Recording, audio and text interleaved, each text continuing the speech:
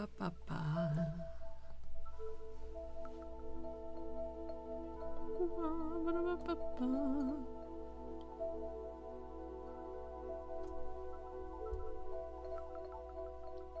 we here? Yes.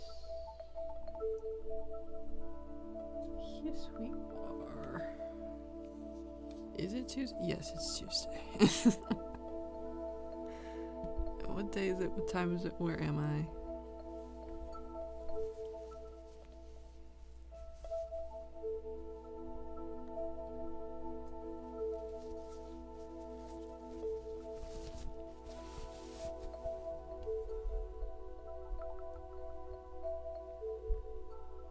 It's not loading. Here we go. Now it's loading. Now it is loading.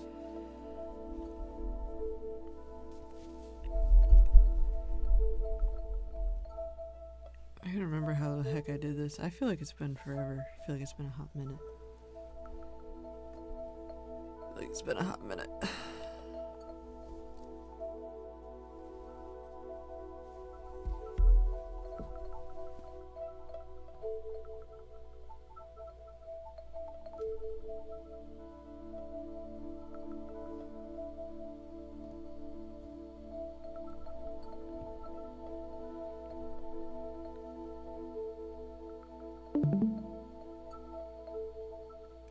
Is this work? I feel like I shouldn't.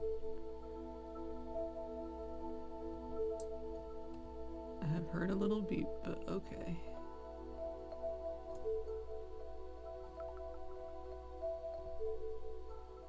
Did they change the size again?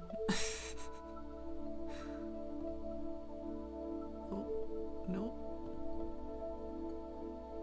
Really didn't want it to pop out.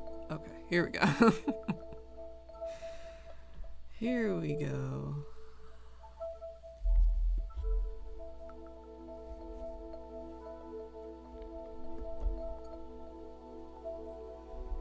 Here we are. Let's see. Let's see, how do I want to... It still has that little sign-in thing at the corner. I don't know how to get rid of that.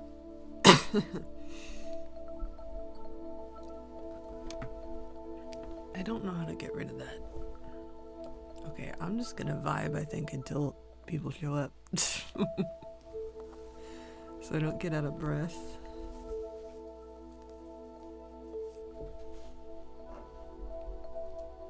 I don't know how to sit in this chair. Everything's different now. Okay. Oh, Roy.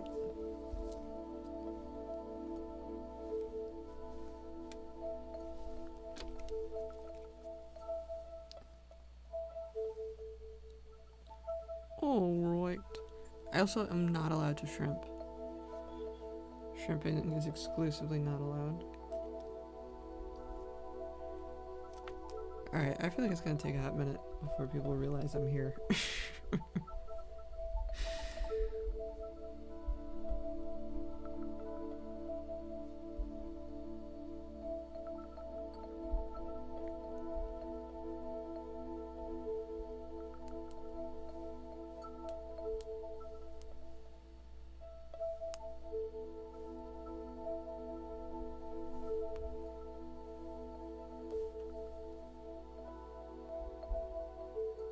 I need to get back in the swing of things.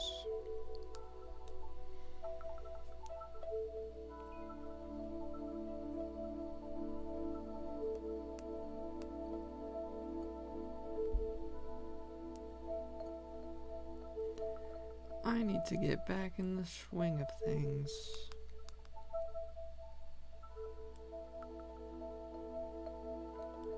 Hello, hello, hello.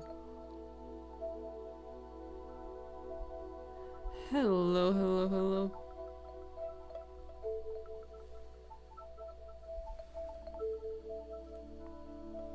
Is the okay? Yeah, no, it's everything should be working. Everything should be working.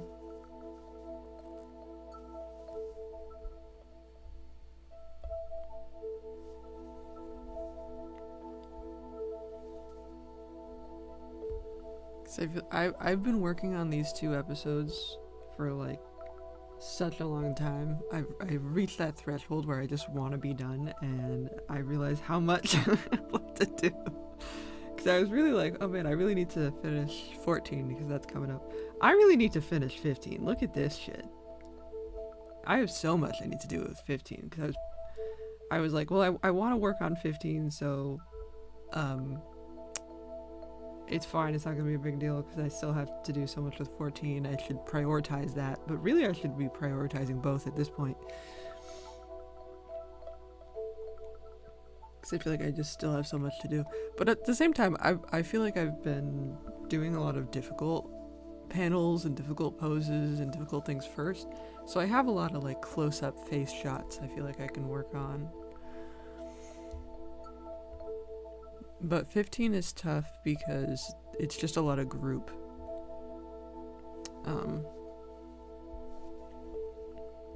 Like they're all kind of like laying all over each other. They're like cuddle puddling the whole time. So I just need to draw like so many people jam-packed into a frame that is gonna take a long time.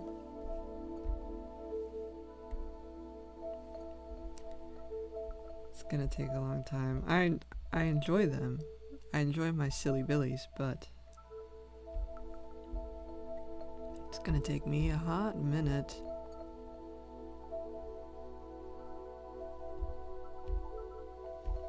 When was the last time I streamed? Because I feel like it's been a couple weeks.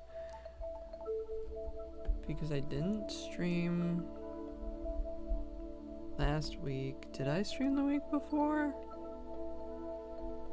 I don't know at this point. Time is very wibbly wobbly, and I kind of feel like I'm going insane.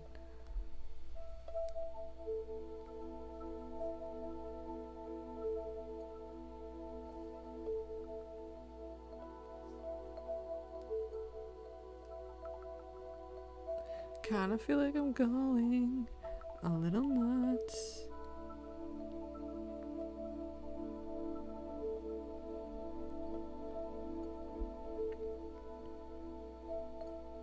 Two weeks, because I think it wasn't on a Tuesday.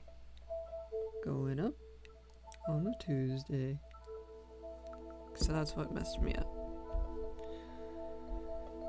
But I can't do Ivo streams for a while because I'm not supposed to like bend or lift things for like, I mean it's 2 to 6 weeks for like the sort of main, or no, not 2 to 6, 2 weeks for the initial recovery, and then 4 to 6 weeks for full recovery, quote unquote. Really it's gonna take a couple months, but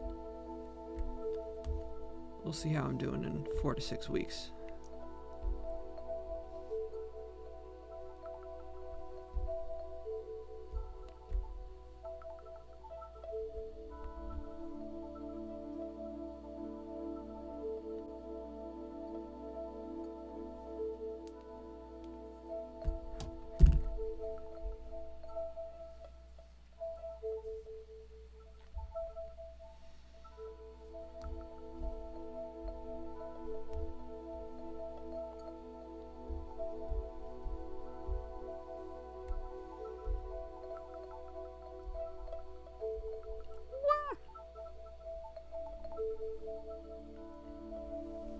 This is tough because I can't shrimp. I'm really not used to drawing at this desk.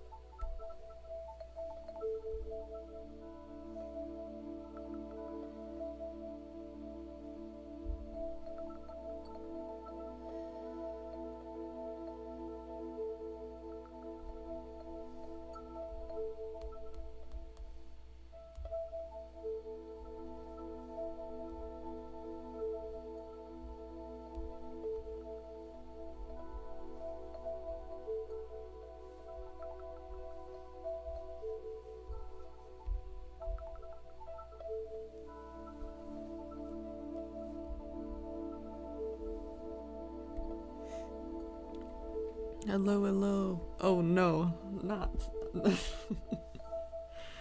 not sick. Uh-oh. Uh-oh. I'm trying to figure out how to exist right now. I don't know. I feel like I haven't been drawing, aside from just like very indulgent things. And I'm trying to get back into the swing of things.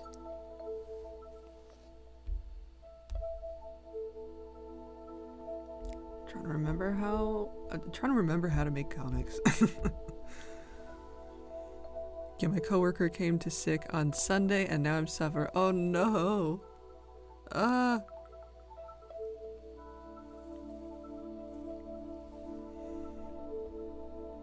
But I'm glad to see you here. Baby steps, baby steps. Yeah, we're working on it. I'm just mostly kind of loopy. I'm mostly kind of loopy is my current issue. Because I'm still not getting enough like calories and fluids to like have my brain really work. I kind of have a headache all the time, so I do think this will eventually work, but this is we're in the early healing stages, and I don't want to push it too hard. Can you guys hear me, by the way? Because I updated OBS and it changed all my settings, so I tried to get it back, but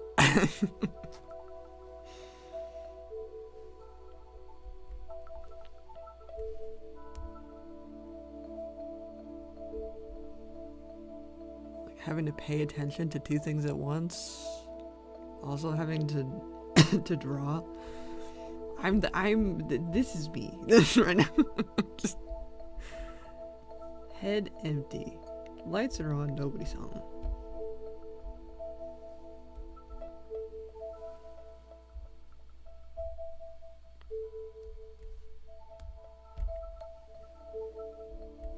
There we go. Now we're on the right layer.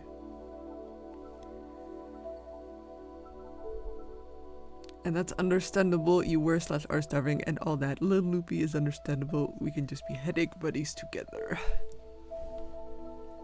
I'm hoping I'm not going to cough as much this stream because it has helped with the coughing. But also I'm going to be talking and my throat's going to be dry, so I might cough anyway.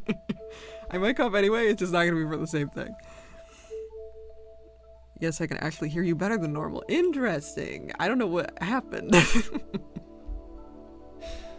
I don't know what happened.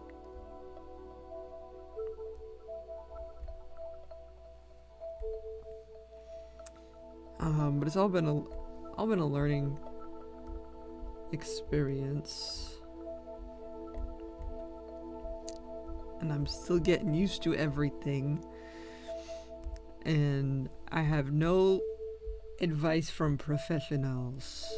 So I'm just kind of winging it, which has been tricky.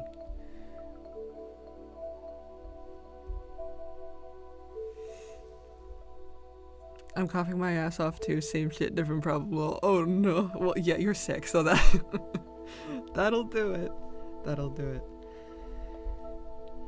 I mean, I'm just not having really any. I'm having a little bit of fluids in my mouth. Winging it as per usual, yeah. But I'm having way less than I was before because something, and this I don't know the answer yet.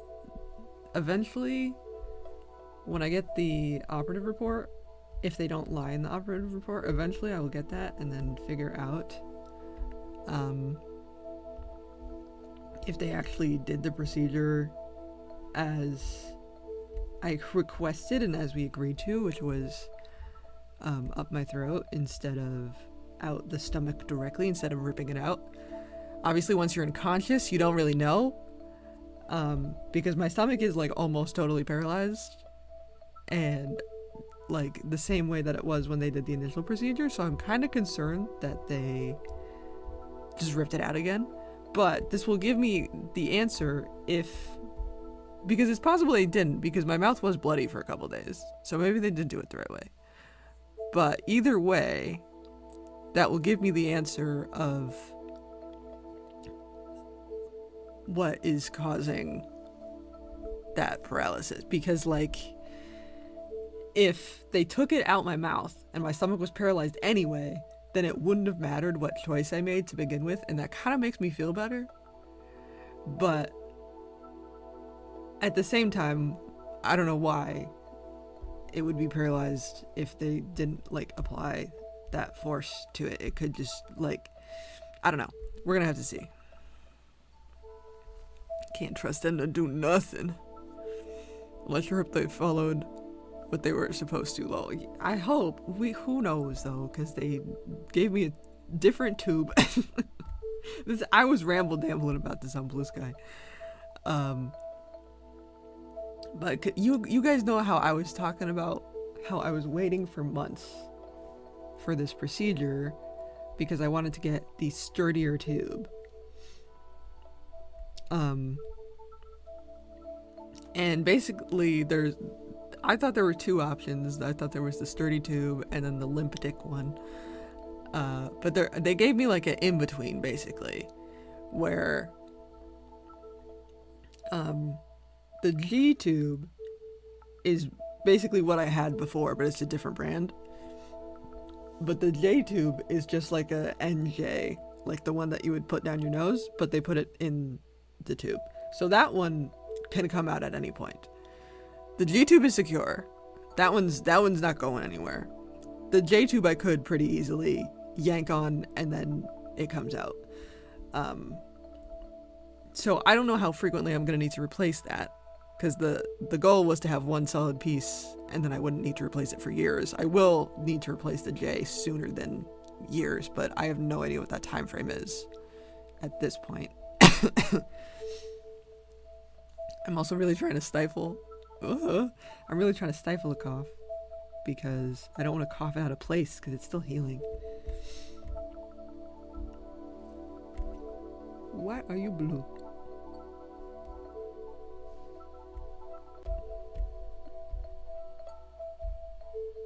Does that look like a good lip color?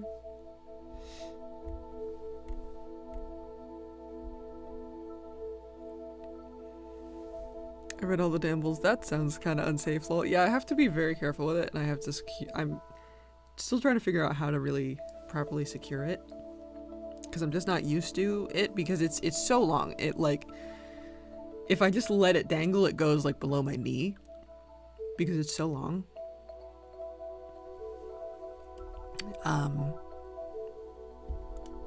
And taping it up only does so much. I have a fanny pack, but the fanny pack hasn't really been working out. I might need a bigger fanny pack. They have like belts and stuff, but it's just...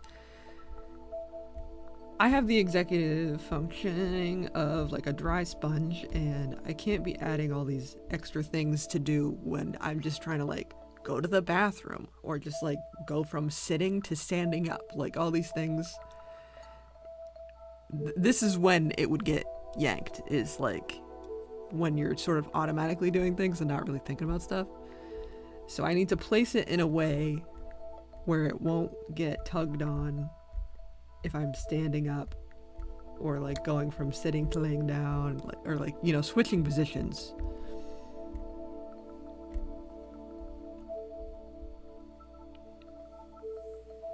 Despite all the horrors, I'm glad you finally got the procedure, at least, even if it wasn't exactly as planned. Yeah, it was always like a absolute hellscape to get these things done.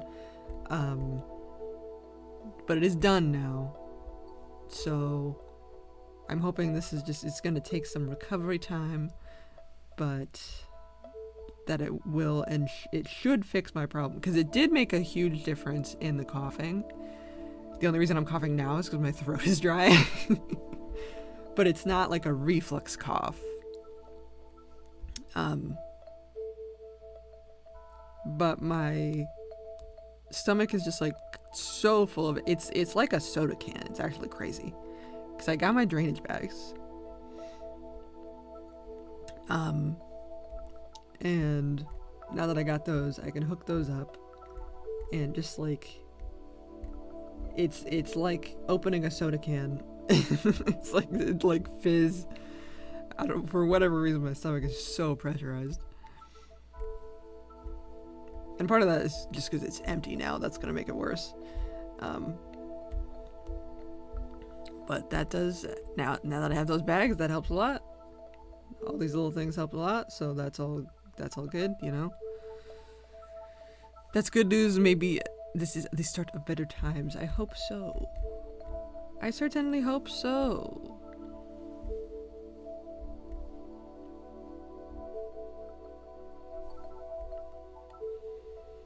Always has to get worse before it gets better, you know. At least that's what I keep telling myself. Telling myself right now, because I'm also going through horrors. I believe things will get better. Exactly.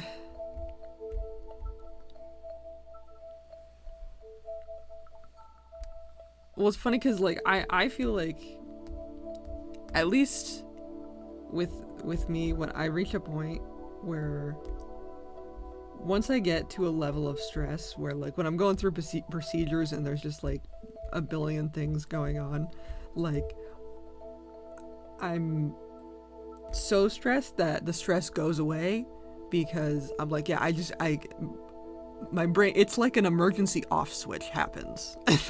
Once I hit like a certain level and certain threshold of like physical and mental strain, it's like the emergency button gets pushed, and I'm like, this is fine actually. This is fine actually. I'm good. It's whatever. It's chill. I'm chilling.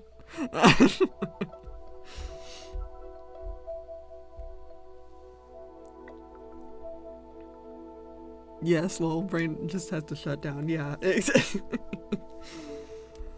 Precisely.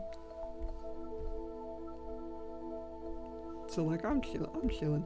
It's so hard to be like a normal person though, because I feel crazy because I'm just like stuck in my house all the time. I want to like socialize a little bit, but like, it feels like everything I say is a trauma dump, just because like shit's crazy and I don't have anything normal to talk about. And everyone's like, you know, saying what the day is and what they had for lunch, and I'm like, I feel like I cannot participate in like humanity right now. I don't know, everything feels like a trauma dump, but I'm like chilling about it, like it's fine.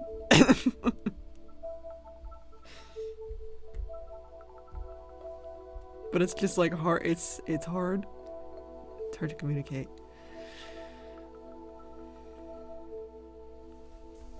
It's hard to communicate on like a person-to-person level when like your average day-to-day is so crazy. That's how I feel right now too, not dying though. I mean, stress is a hell of a thing. Stress is a hell of a thing.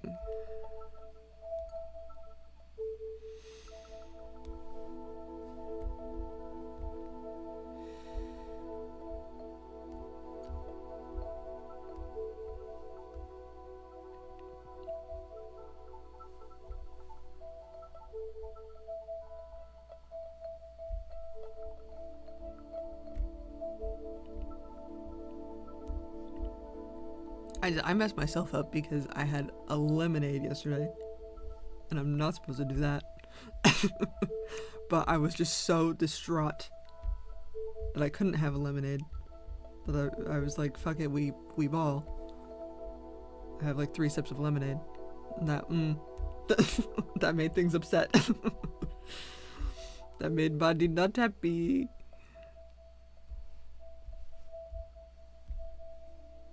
Sometimes you just gotta say fuck it and have a lemonade and deal with the consequences. But hopefully the drainage bags will, once everything's good to go,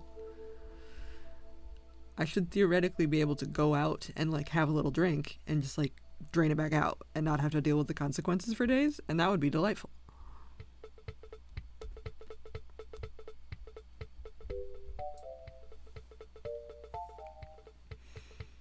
I'm in such mental shutdown that I've just been surviving and not living, you know. There's so many things I'm not doing right now because my brain is just overloaded.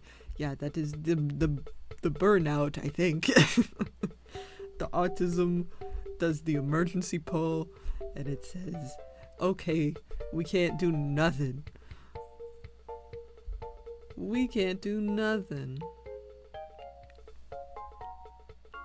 Not so bad, buddy. Says no lemonade. No lemonade for you. It's because it's acidic. I can't add more acid to my stomach right now. Like, it makes sense, but I'm still mad about it. Makes sense, but I'm still mad. Because I like was having it before I had the procedure. So like I had like an open container. Now it's gonna go bad before I can finish it.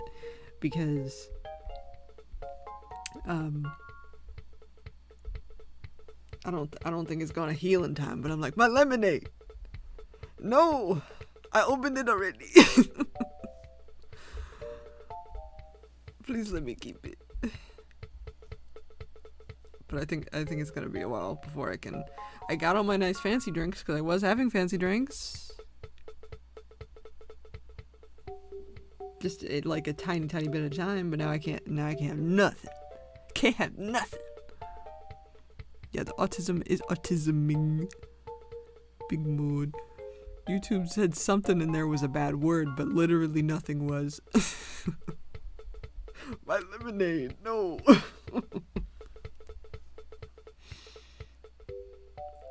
Yes, hopefully, fingers crossed. My problem is it's like I'm cursed. Cursed with the blend, cursed with white person stomach, honestly. I'm only allowed super bland things. And all I want is like fucking acid. Like I want orange juice and lemonade. And my tummy is like, please. Why? Stop doing that. And I'm like, no. And fizzy things too. I love a good seltzer. But my stomach is like already seltzer, apparently. Hopefully you have fun summer drinks in your future. Precisely. I mean, it's winter time, so like I got time. Hopefully by the time it gets hot out, I can have a nice, cool, refreshing beverage. I'm really counting on these gravity bags to do a lot of work. I mean, it's not like a get out of jail free card because you do like certain things you absorb right away. So it's more about volume. Like I still can't have caffeine. It's not like I can suddenly have things that I'm allergic to or like can't have in that way. But I could mayhaps have a cup of tea.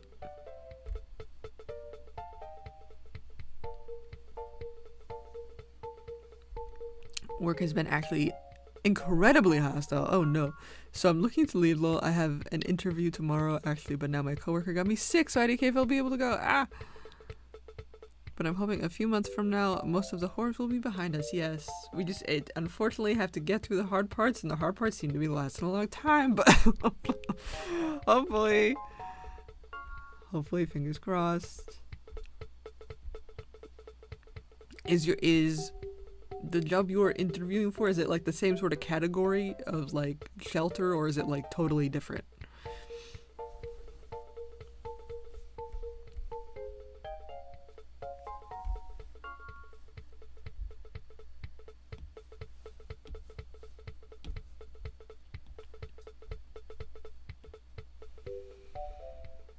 They do seem to be lasting a long time, but we gotta pull through.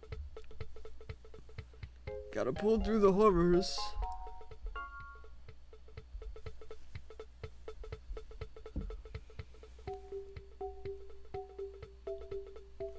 I was applying to be a bather with a potential to apprenticeship as a groomer. Ooh, very nice.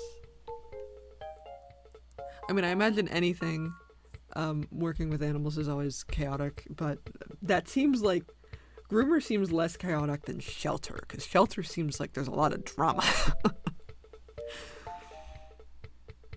Which is something I've considered for a few years now. Yeah, seems adjacent.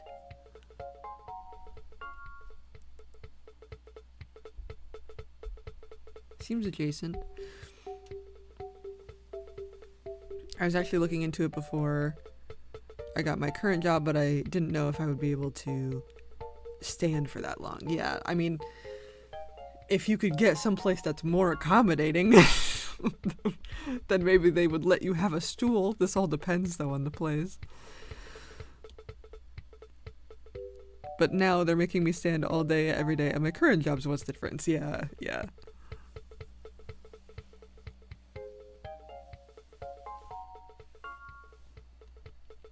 Yeah, work's been, like, bad in a nutshell. Oh, man.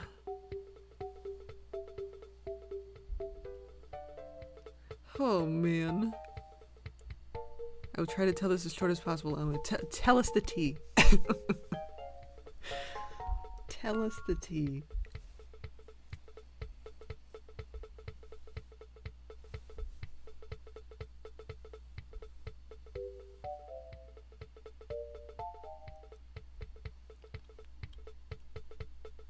I'm gonna figure out what colors these are.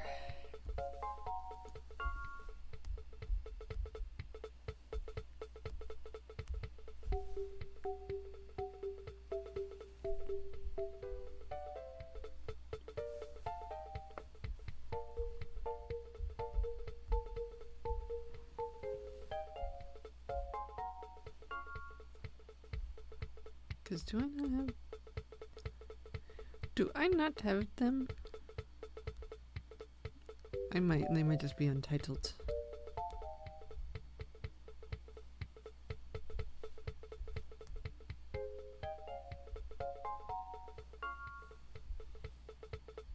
I feel like they gotta be near somewhere.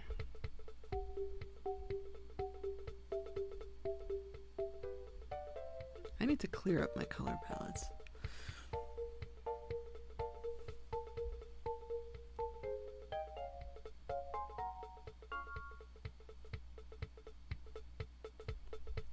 Maybe they're both smushed into one. That's possible. Ooh. No, I think we gotta go back.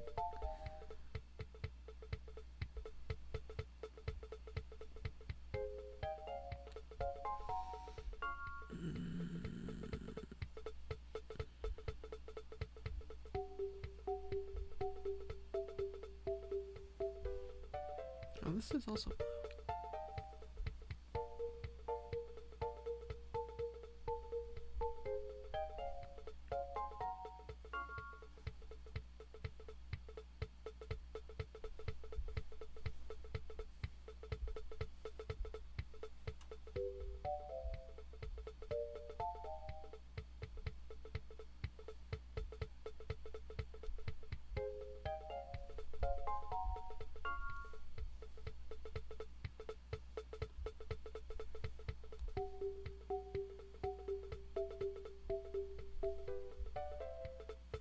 Okay.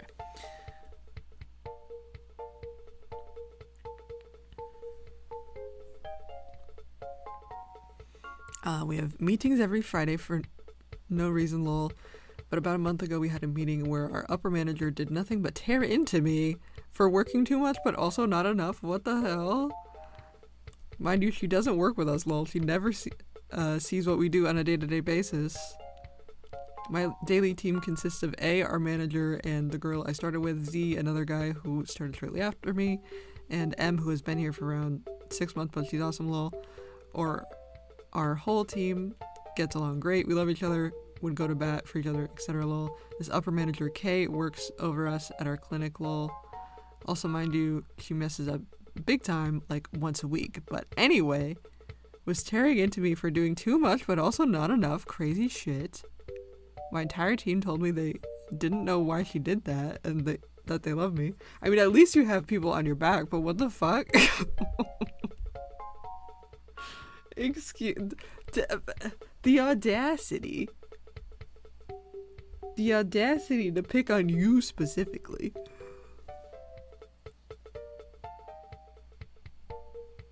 Because what do you even... Give me feedback, girl. What is that? What is working too hard but not much? This is the only thing. Oh my god. I was understandably pretty upset about that. Lol, this job has already been stealing my joy for almost a year and a half, but not being recognized for everything that I do just sucks hard. I mean, this is just pure assholery. For whatever reason. Just being upset to be upset. Like, goddamn. What the hell?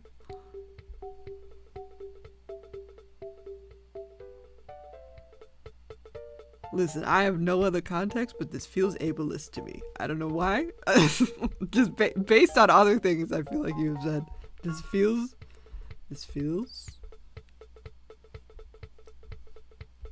I don't know.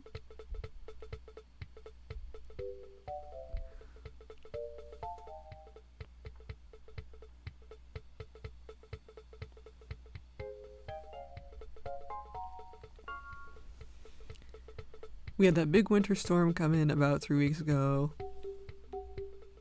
which is majorly bad for where I live because we're not equipped for that kind of weather. Last time we had weather like that, tons of people died. Oh yeah, I remember hearing about that.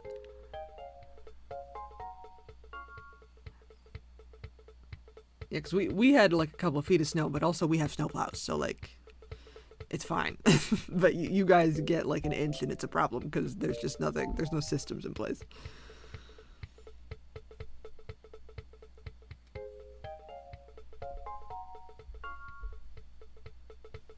Okay, this is the right color.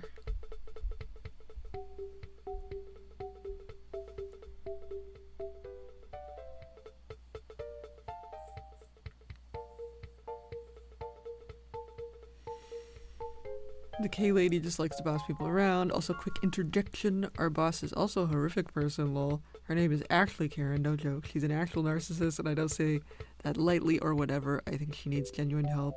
But she's awful. I mean, I remember some of the stories that you have brought up here, and none of them have been good. None of them have been good.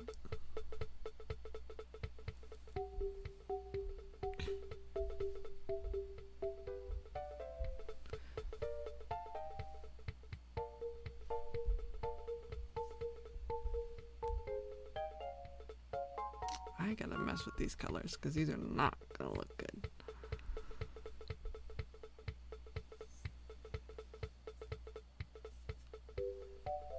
These are not gonna look good.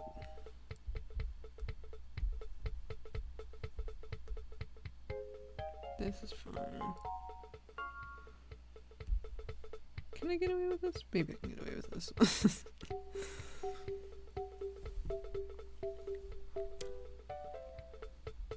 Turns out Kay tore into me and the rest of my team that day because our boss was talking about her behind her back and blaming her for her cat dying and just straight up being gross and inappropriate. What the hell? So Kay said she almost quit, so I guess she was just taking that on us, lol. But anyway, the freeze. Oh no.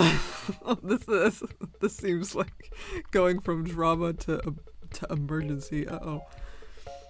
I mean it's still not fair though that to taking it out on you because I mean for obvious reasons. This just seems like drama city going from one problem to the next, man.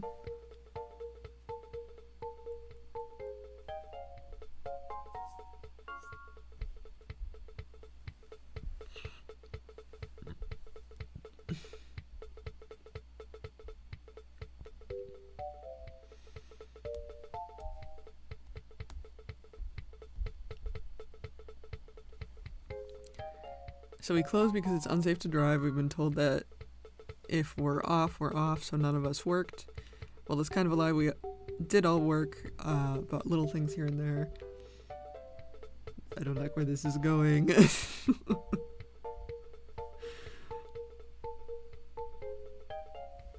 don't like where this is going.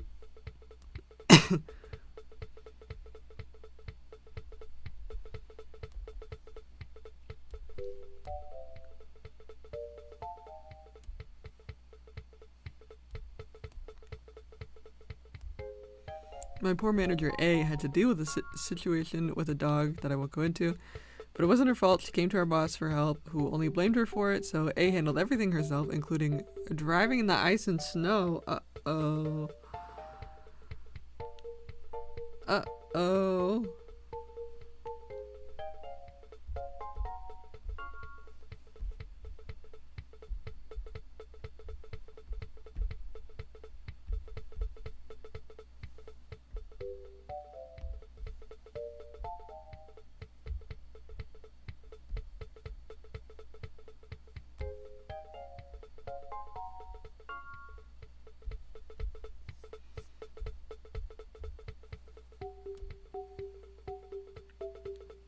Oh, I did already do these colors.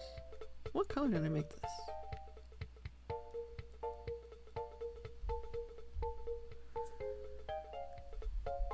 Well, we were closed Saturday, Sunday, and also Monday. Our boss texts all of us on Monday saying she was heavily disappointed that we didn't post on our Facebook while people were stuck in their homes and bored, because apparently she was giving us emergency pay for Saturday and Sunday, which she didn't tell us. We didn't know we were being paid, lol. Also, we were busy worrying about having power, lol. Yeah, I mean, there's other stuff going on. You're not home for funsies. You're home because there's a crisis. And so basically she dangled our paychecks over our heads because she chose to pay us, which she didn't have to. Oh, brother, this guy stinks. Just straight crazy shit Facebook posts, man. You gotta tell people if you want them to do things. You can't, You cannot expect. You cannot expect.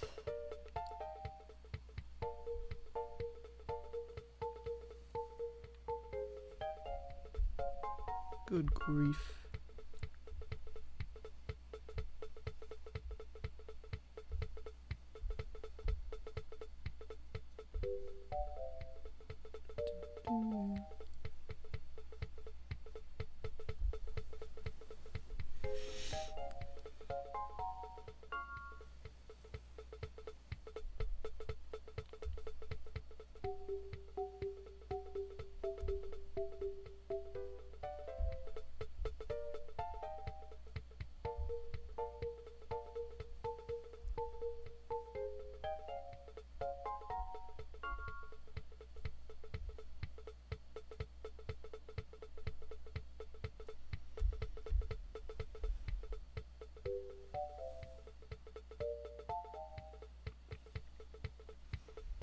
The PetSmart manager... Oh, then on Tuesday, it was just Z and M working. The PetSmart manager came up to Z and told him that we were #1 for growth in the country for adoptions and yada yada. So Z, being a super optimistic and fun guy, decided to text the whole group, including the one with our boss, to share the good news. Uh-oh. Uh-oh. Why does this not sound good?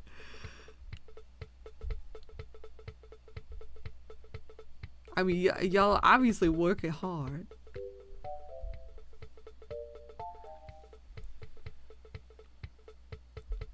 Well, our boss proceeds to tear into him about how everything the store manager says needs to go directly to A because she's the manager and not the whole team, and that we don't need to be patting ourselves on the back after what happened this weekend. Girl! Nothing happened, bro. It's amazing. Also, you know, if he did that, if he just sent it to her, she wouldn't have told y'all. She wouldn't have been like, good job, guys. She would have kept that shit to herself. She would have probably said the opposite. Based on what I have heard. Hello?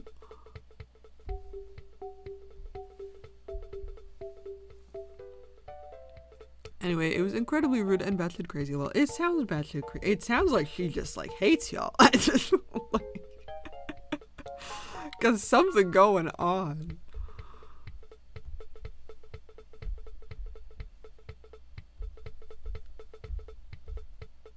true girly.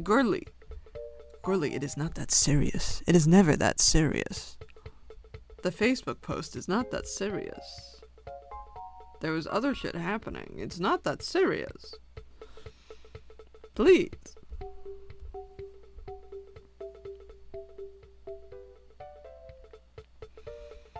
So A called me and just went off about how she wants to quit because how her being treated is ridiculous, and she just kept telling our team how good we're doing despite what K and K think. I mean, it's just, you reach a limit, man. You reach a limit when people just like blatantly hate you to your face. Where it's like, ah. Oh, Tribble is thumping. She's so mad at me lately. What is it? I'm sorry for existing.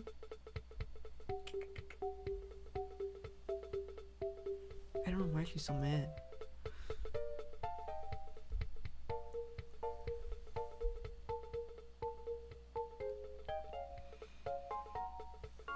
So then comes Thursday. I was anxiety ridden about going to work. Little did I know, I should have been more excited. It keeps going?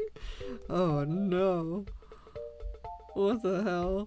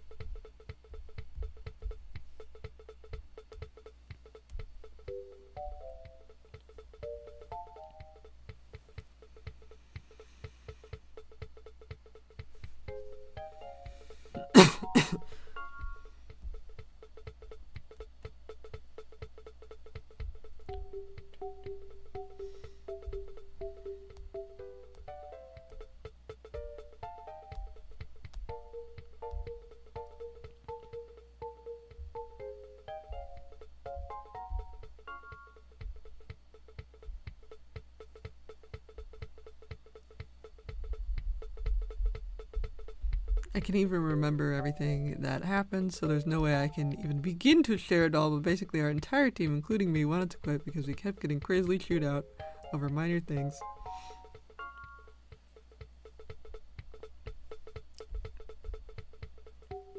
I mean, you know you're in the wrong when, like, an entire team of people is against you. Because you're such an asshole. I mean, having a group quit would be kind of magical if all of y'all could coordinate that somehow.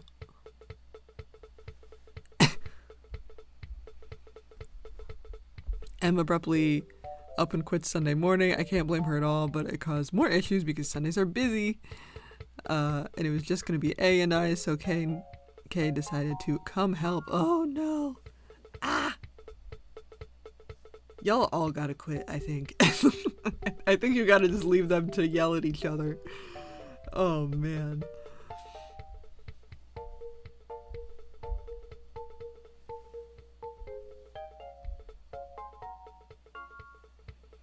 So they were up there all day and it was terrible.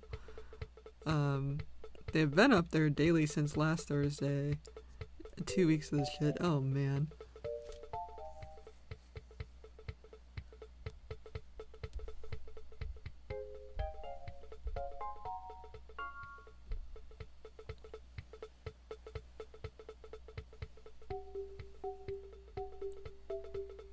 I told my whole team we should all quit because they'd be left with nothing. Yeah, I honestly, if y'all can line something else up and just all quit at the same time, that would be very, very taste of their own medicine. I don't think they'd learn though, is the thing. I think they'd just be like, how could they do this to us? Because this is the problem with this type of person. Is it's never I could be doing something wrong. It's how could they do this to me?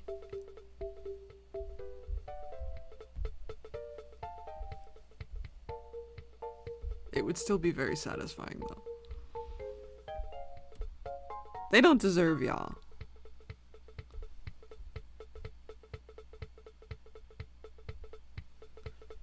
I mean, at the very least, silver lining, you do have people on your side.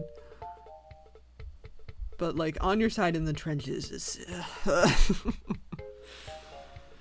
is tough.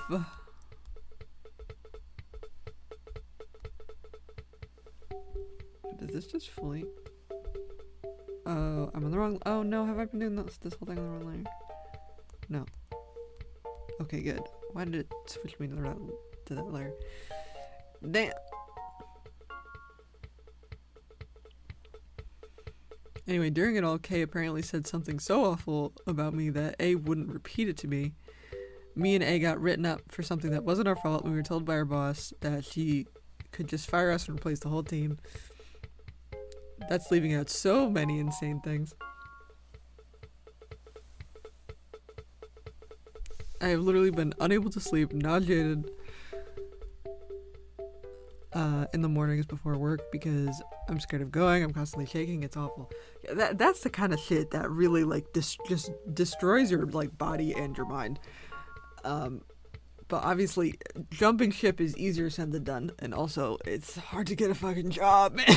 But hopefully things line up and something works out, and you can get a groomer job or something else adjacent, like quick.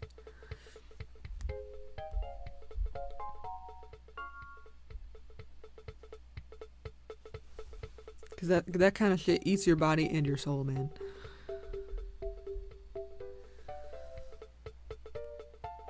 It's literally downright abusive. I've been living in a fight or flight. It's been crazy. Yeah, that sounds fucking batshit insane.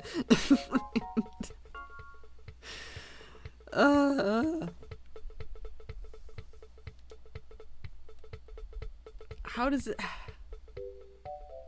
this even happen? How do people you know, how do we get to this point?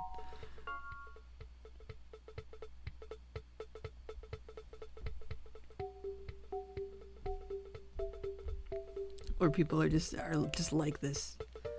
Like, just chill out, please. Have a Tic Tac. I beg you. So just stop putting your crazy pants on and put your regular pants on. Why? You don't need to do that. You don't need to do all that.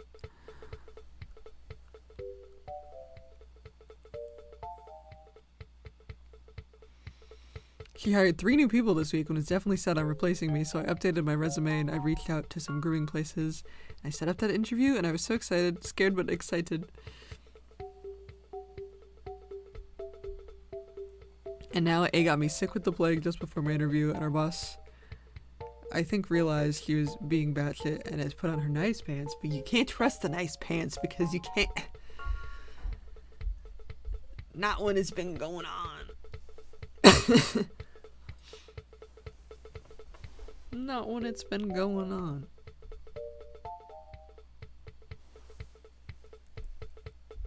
Because they'd be nice for a little while. But you know, if she can put on her nice pants for a little while you're sorting it out, that will make it a lot more tolerable. You know?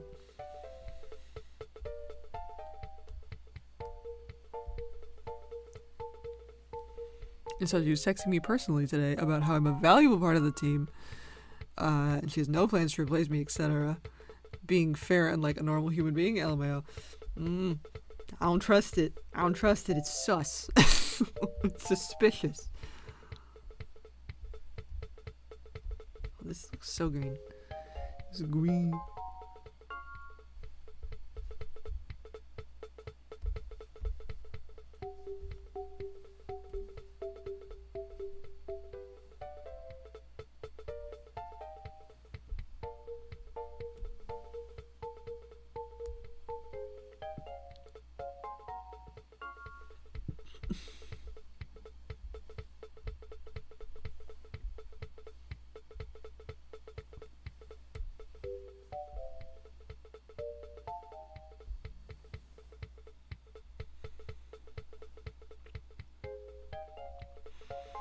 So now I feel like it's not the opportune time to leave because, like, it's not a cause and effect thing, you know? I would be leaving after she's been nice.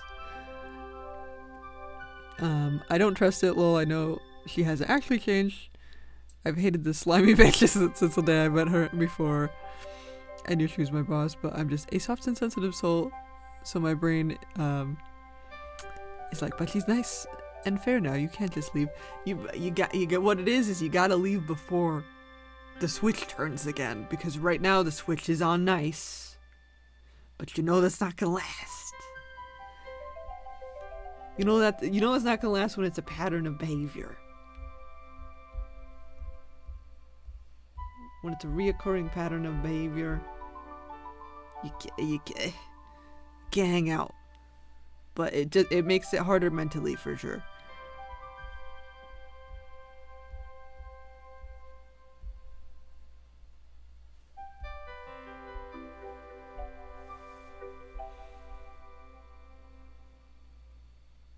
But if I were to have quit while she was being ridiculous, it would have hit harder, you know, consequences of her actions. Lol.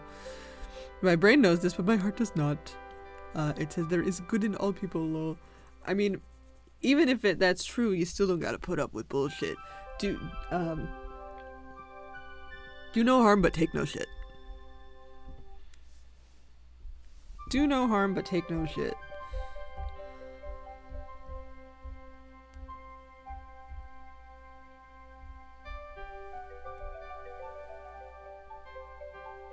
Basically, I'm easily manipulated, which is why I stayed in my shitty relationship for so long. Yeah, no, it's tough, because, I mean, I feel like part of this is an autism thing, because I definitely do this also.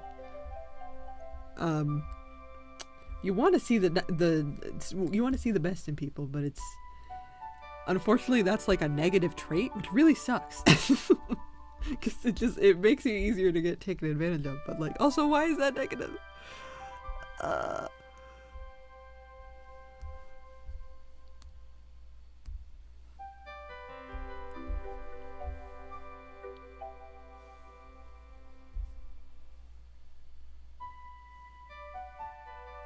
But yeah, that sounds insane and very stressful.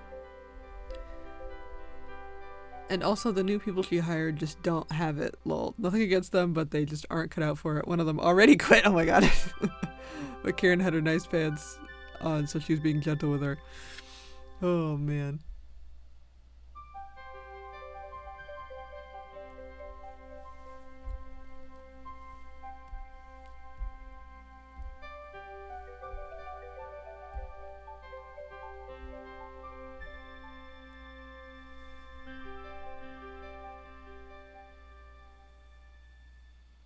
And so she's back now, lol. Yeah, it's just... Hoo boy. Hoo boy.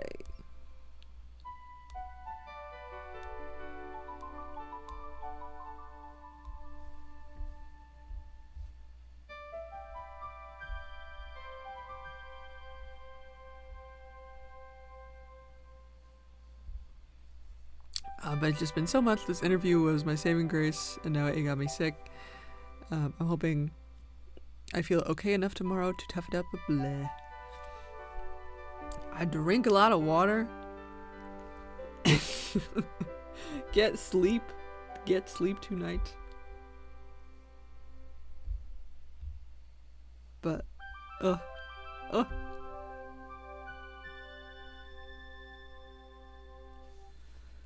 I don't want to get anyone else sick, but it would also look bad to reschedule it, even though it's not my fault, you know.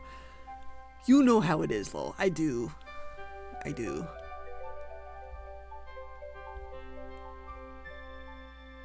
mean, I would say wear a mask, but you're in Texas, so that might also be perceived as negative.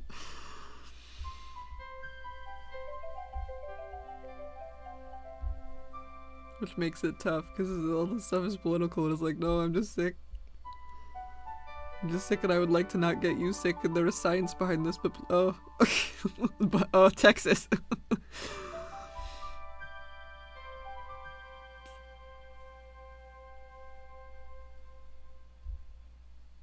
But also, I feel like this is, I mean, there's definitely other countries that do this, but America is very, like, you get sick and go to work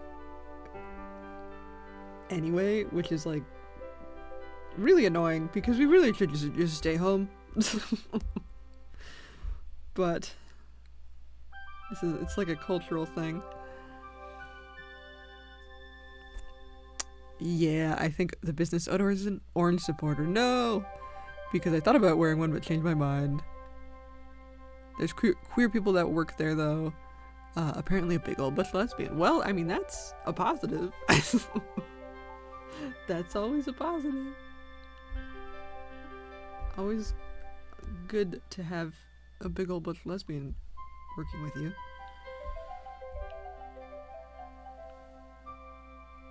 Yes, my current boss is of the belief that if you are actively dying, you're supposed to come to work. Yeah, it's just, it's a cultural thing, but I hate it. Because then we just be spreading shit.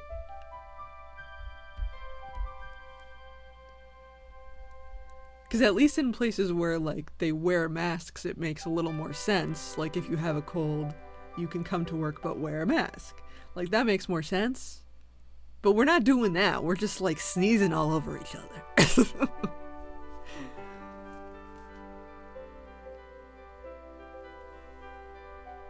It's funny again saying I don't get it. I don't get it either. I don't get it either. It's just is ableism. We got ableist rooted society. This is why I could never work a regular people job, because I'm sick all the fucking time. I'm dying every other day.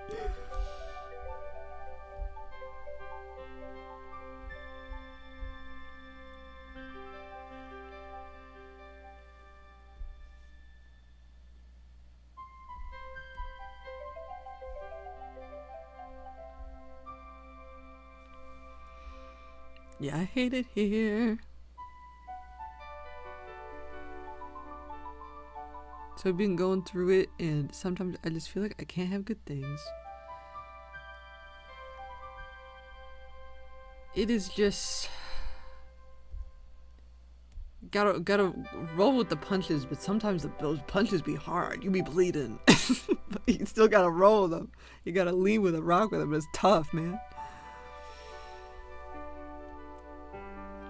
Sad thoughts, but I've been trying to tell myself that it gets worse before it gets better. Yes, fingers crossed. Every finger is crossed. The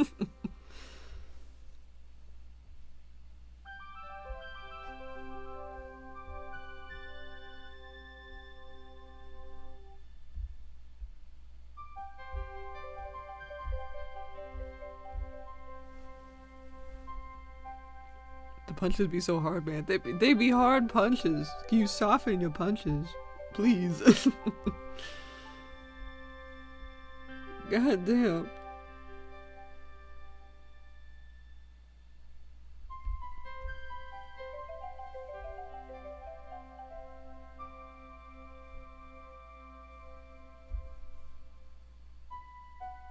I feel like I just gotta be Delulu sometimes. I gotta just be living in my little fantasy world.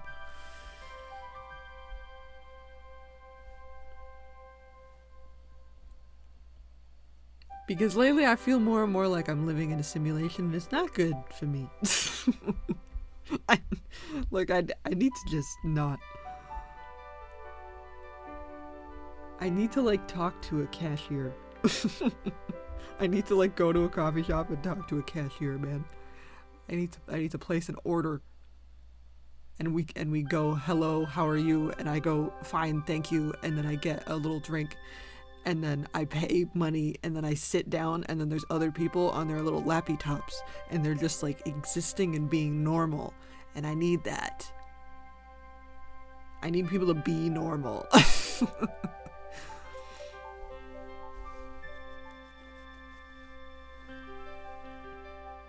I can't have every real life person I interact with as a doctor, and it makes me go crazy.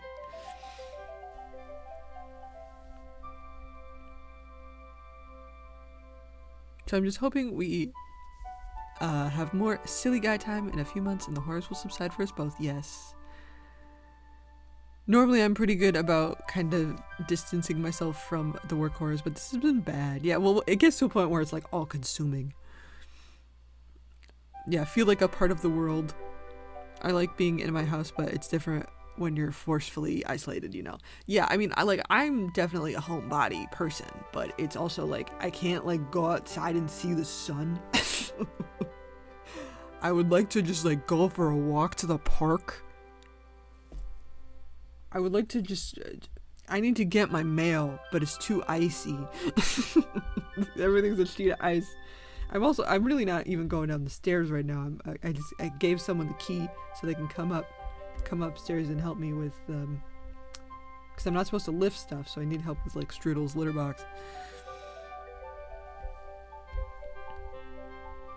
So I haven't even like gone out to take out the trash or get my mail because I'm like not supposed to right now.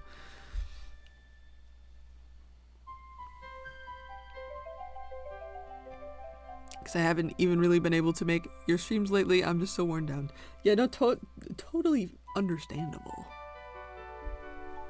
Totally understandable.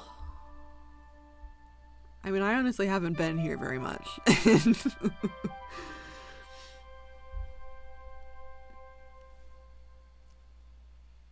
To be fair.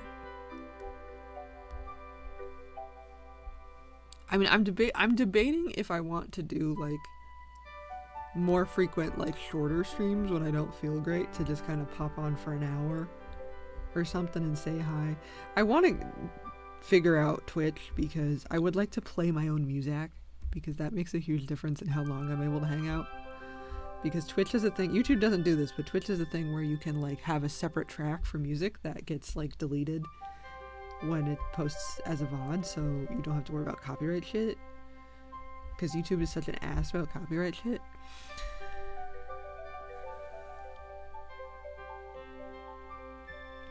And my new schedule at this other job I think would be better for me too. My current job, I don't have to be there until 10:30, which I do really like, but it also means I don't get home until 6:30 or later sometimes, and I work weekends. So I can't see my family. Well, I used to have Mondays off so I could at least go over on holidays, but they made me start working those again too. I mean, hopefully you get new job, better schedule, less stress, all of the above.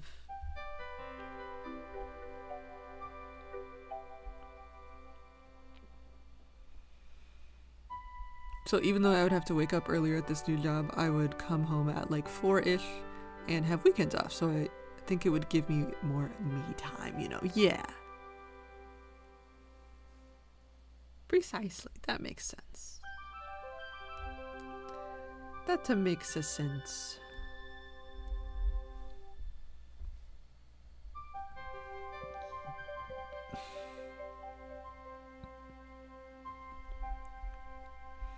Because I don't take advantage of my mornings. I get off late and do the sleep procrastination thing, so I sleep until I have to rush out the door.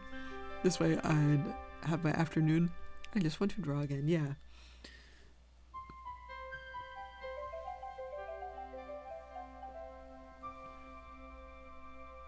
But if you get the Twitch thing figured out, I'd happily follow over there. I mean, I have an account. It's more of I need to figure out like the OBS settings and whatnot to like make that possible, because there's like there are things that I need to do, and my brain is made of soup. I've had soup brain for a hot minute because I don't have enough calories for salad brain, only soup brain.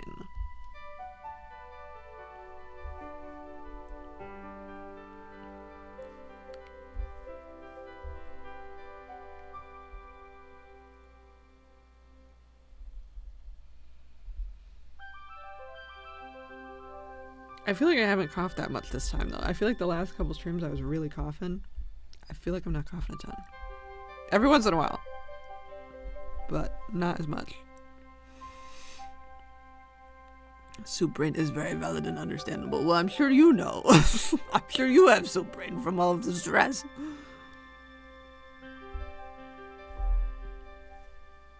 All of the stress of having soup.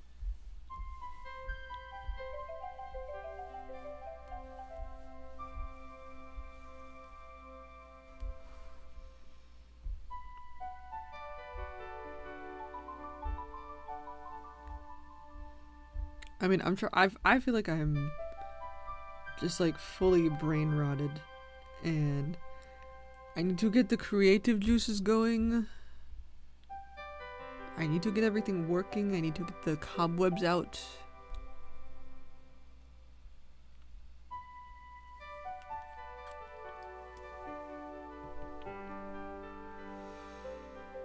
And also, I know I'm not an IRL cashier, but I don't mind talking anytime you wanna not talk.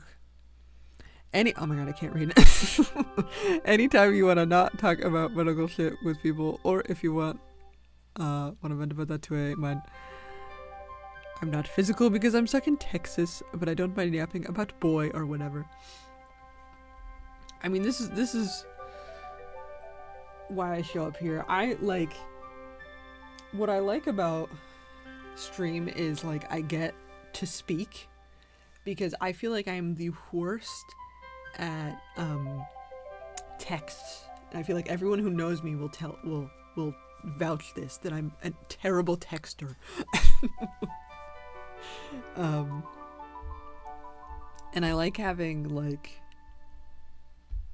I like being able to be voice.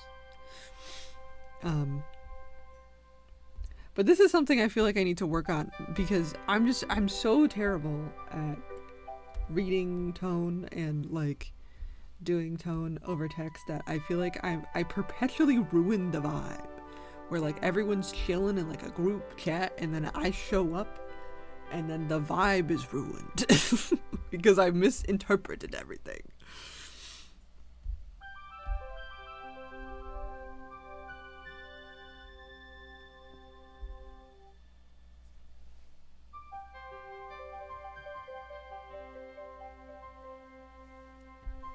It's also just like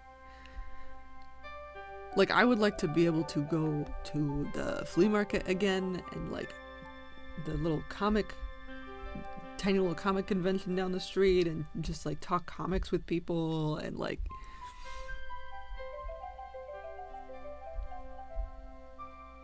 I want to partake in my community again, you know what I mean? Because right now I feel like all the words that come out of my mouth are negative Nancy. And it's so it's always this thing when you're chronically ill and you can't do certain things, and you need to tell people that you can't do certain things, but you don't want it to be like, hi, this is about me now. And also, I don't want it to be like, I'm trauma dumping at this random person in Target. I just have to be like, oh no, I can't do that. But then people want an explanation, and then I'm a chronic over-explainer, and part of this is the autism. So like, I'll be like, oh no, I can't do that actually. I cannot have a snack actually. I can't eat food. And then people want to know what happened, and I'm like, this is a long story. it's the tummy no work. It's fine though. Like, we're chilling, you know. It's very othering. And I don't want to like completely ignore it, because like there's certain things I can't do. There's certain things I miss. And I want to be like a part of the normal people conversation, but like it's just so tricky.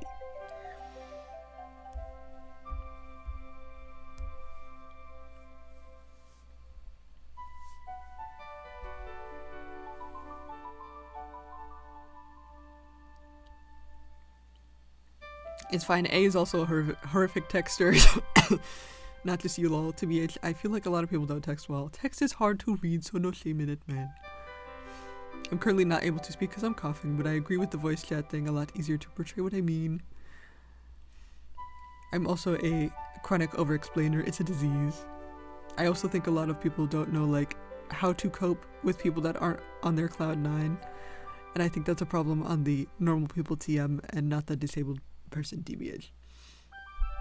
Yeah, it's just I feel like, and this is there was like, I'm still I feel weird saying I'm like searching for her, because that makes me sound creepy, but I feel like there was one friend in high school that I feel like I could still vibe with today, but it was one of those things where like we didn't fall out, but it was just like we changed phones and she's not on social media, and it was just this kind of hodgepodge collection thing, but like she helped with like the original Sab and like with editing, like along the way, and then like things got really intense and like I was going through it and we just kind of like lost touch. But like it's this I feel like I need that type of normality in my life again, where it's just like, yeah, we're gonna go and get sushi and we're not like, you know, and we can just blabber in person for an extended period of time about whatever the fuck.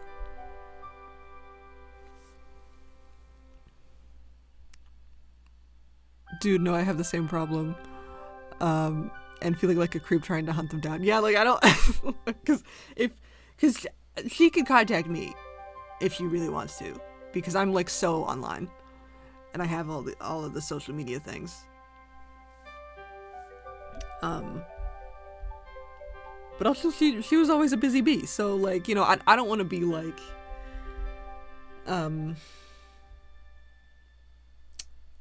there's a fine line between like, I don't want to be pushy and I don't want to be like stalkery, but I also don't, I know some people just aren't like, don't like reach out like that, so like I want to have the door open without being pushy, you know what I mean? She knows who she is. If she's listening for some fucking reason, she can reach out. But for sure, human connection is important. Hi, welcome. I've been streaming at weird fucking times. Weird times, weird days. I haven't been streaming for a while, cause recovering. How have you been?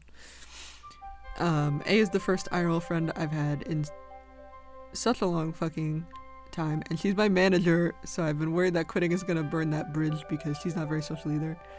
We only socialize because of work, but we've done multiple things outside of work too, so I've just been kind of dreading it. But yeah, human connection important. Hopefully one day you'll get back in touch. Hopefully. I'm hoping someday we will run across each other in the wild and just be like, hey, oh my god.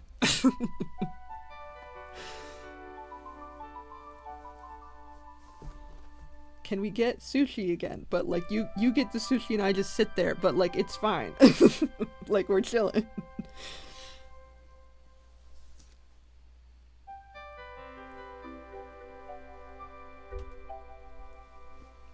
There's so much fill in the blank.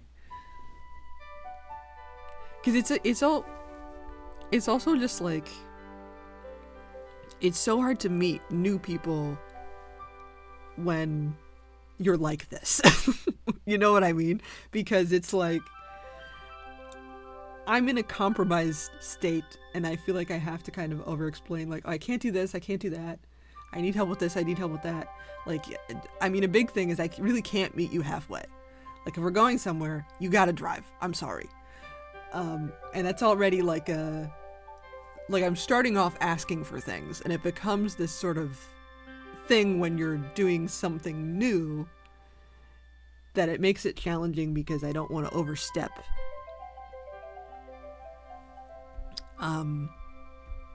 Because we haven't set those boundaries in place yet, you know? It's tough. Because I feel like if I go to a convention and we're talking about comics, we already sort of have this thing in common. Whereas if we don't have that starting point and the only thing you know about me is that I got all these fucked up problems, I feel like the only people who go for that are people who are more willing to like take advantage of you. You know what I mean?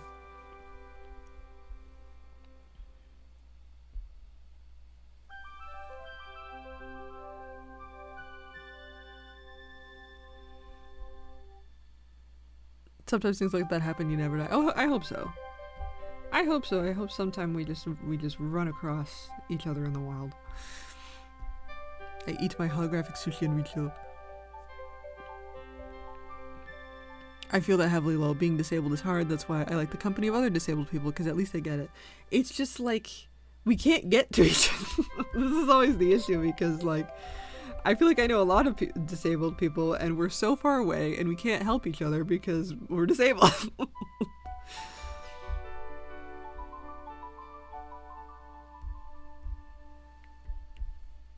Like, it feels weird to say, but I feel like I need a like able-bodied neurotypical friend to like give me their perspective. Like, it's just such a different perspective than mine. And I feel like I need them to give me their perspective, and I can give them my perspective, and then we can be friends, you know? But it's tough.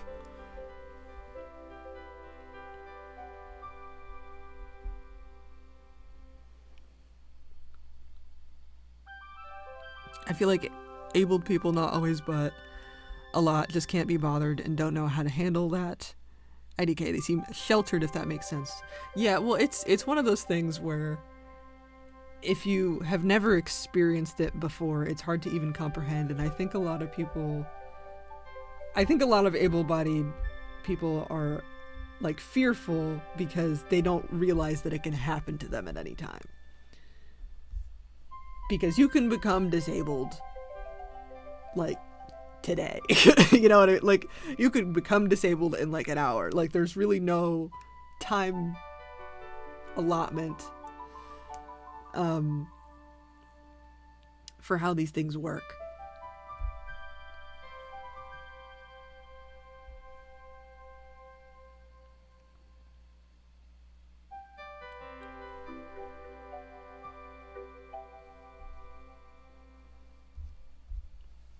But it's tricky because I feel like there were people that I knew.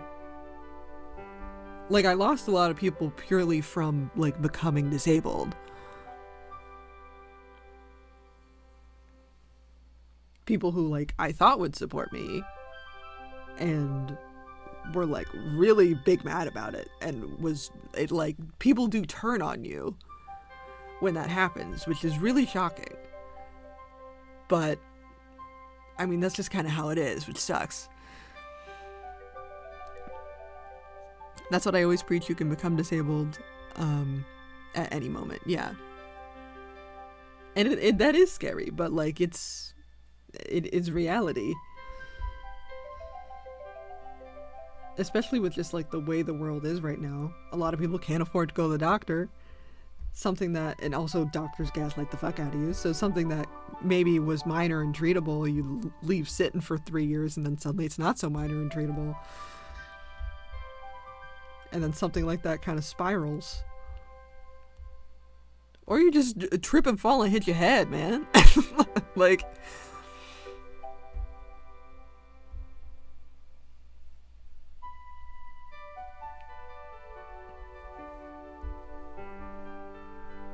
you fall down some stairs? People fall down stairs all the time. Stairs fuck you up. Get hit by a fucking car? Fall off your bike?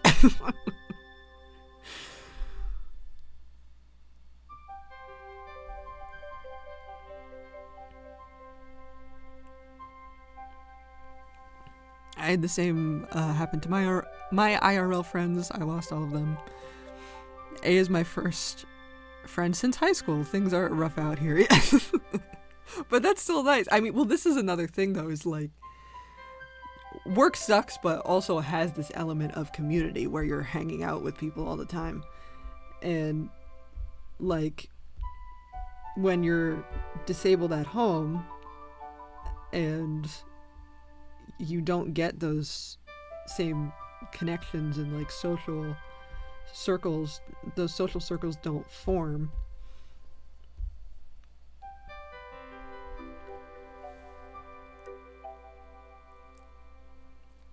Bumpus and conquers of whom disabled.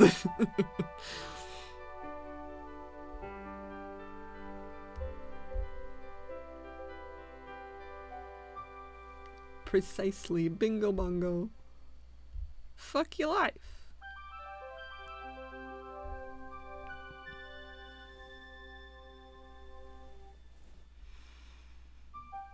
I honestly never thought I'd be so close with my team, but I really do love them. And that's great. It sucks that it had to be the circumstances that it was under. But, like, that's really nice.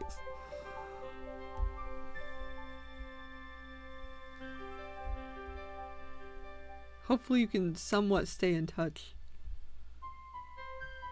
even if you all dip.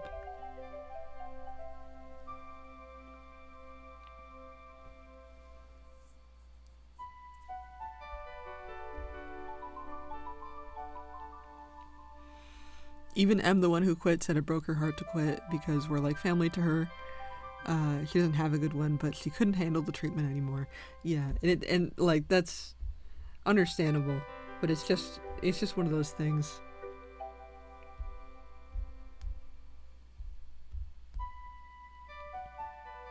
It is just one of those things.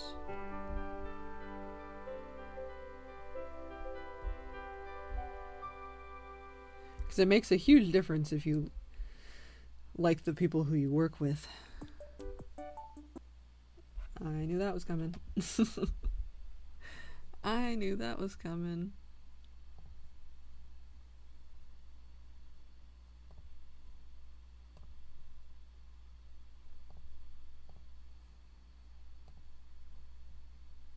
Yes, I'm still here.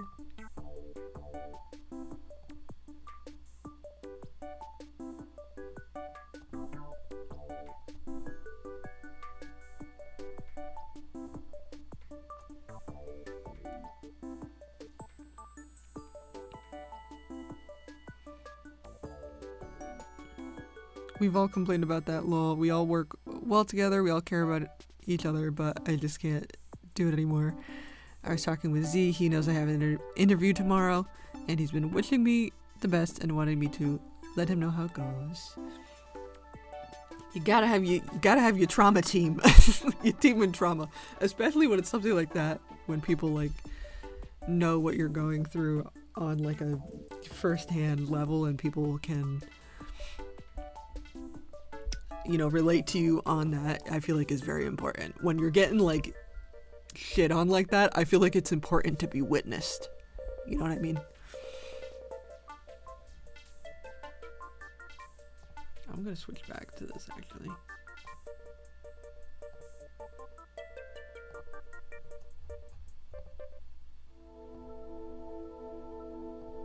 I feel like I need more chill music.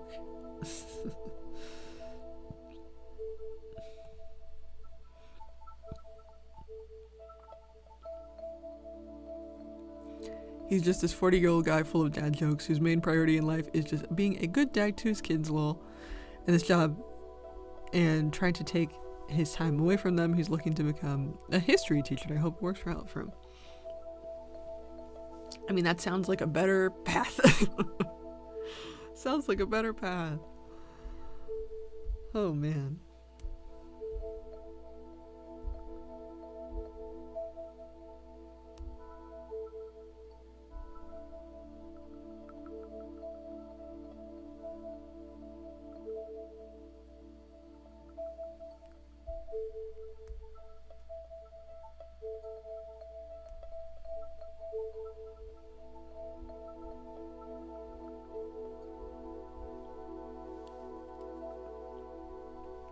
Yeah, I mean, hopefully everything works out in the smoothest way possible.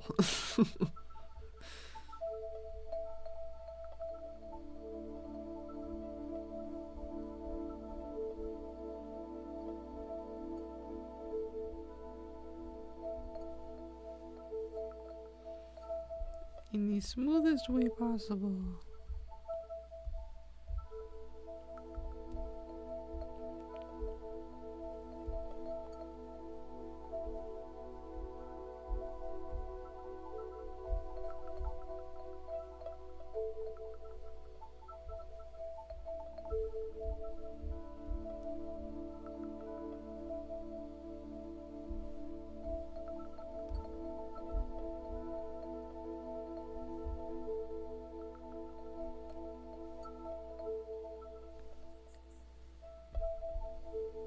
But oh boy. I mean, hope so too, lol. I was looking into us starting our own rescue together. I just don't know that it will pan out. Yeah, I mean, that's one of those long-term goals that isn't like you quit your job and then immediately have rescue ready type thing. That's more of a long haul process, but potentially. I don't want to lose them in my life, but I also need to prioritize my own peace and well-being. I just can't live like this, you know. I just want the best for all of us. I mean, it feels kind of like you're like you know, when you grow up in a nasty household and it's like all of your siblings.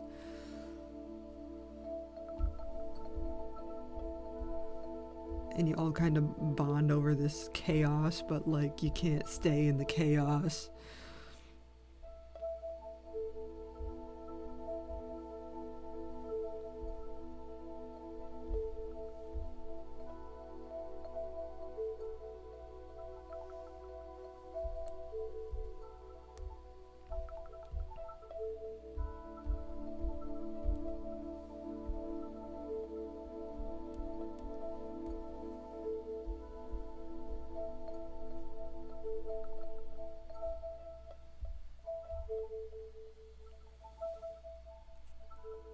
Yeah, Z even said we're children of abusive parents at this job.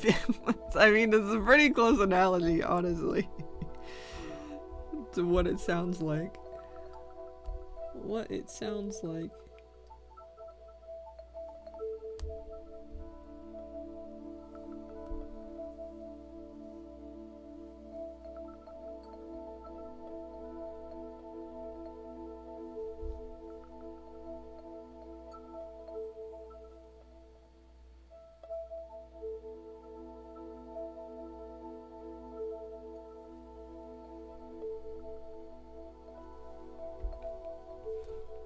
I gotta dig through my photos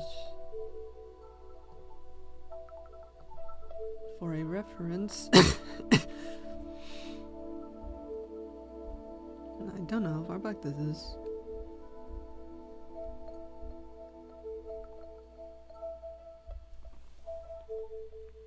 I just figured nothing can suck as bad as this, yeah. You reach your limit, man.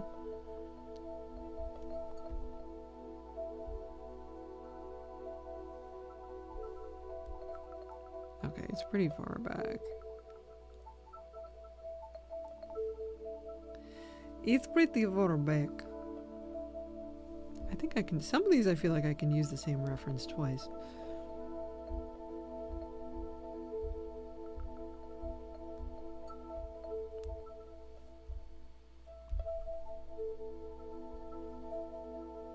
I'm just gonna put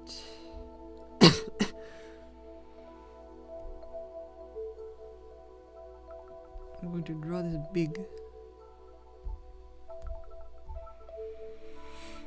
Change is big scary for me because autism low, but I'm hoping it's good. I'm going to choose to believe that it'll be good. Yes. Fingers crossed. Crossing all of the fingers. Everything's gonna be okay.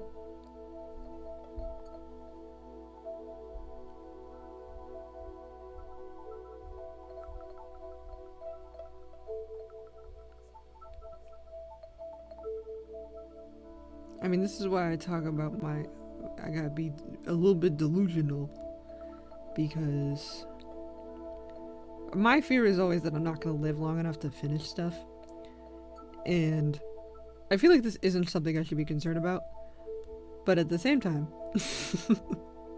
I have reason to be concerned about it. And it's just, oh yeah, see, this is a mess. I gotta make it cleaner. This is just one of those things where I have to think that I have to convince myself that I have time,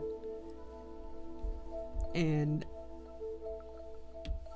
I have time to goof and gaff. I have time to draw things I want to draw sometimes, instead of just being on that like grind set. Like, I want to do more illustrations sometimes, because I feel like it keeps my creative brain going if I'm like too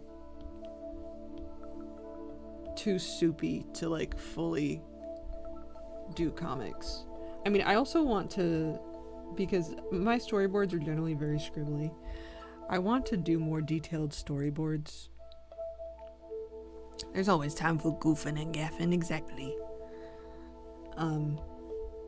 Because I do my storyboards so far ahead of time that sometimes I'm like, what the hell was I trying to draw here? And I feel like I want to get more on like the expressions and like all this stuff. We're on this mud ball for a small amount of time. Might as well make the most of it, you know? Yeah, it's always like a fear of mine that I will be a ghost with unfinished business, so you know what I'm saying? Like, I go back and forth between being like, I want to finish Sab, I want it to be done, I want to complete it, this is like my life project and I want it to be done, and then being like, I just gotta have a good time, you know?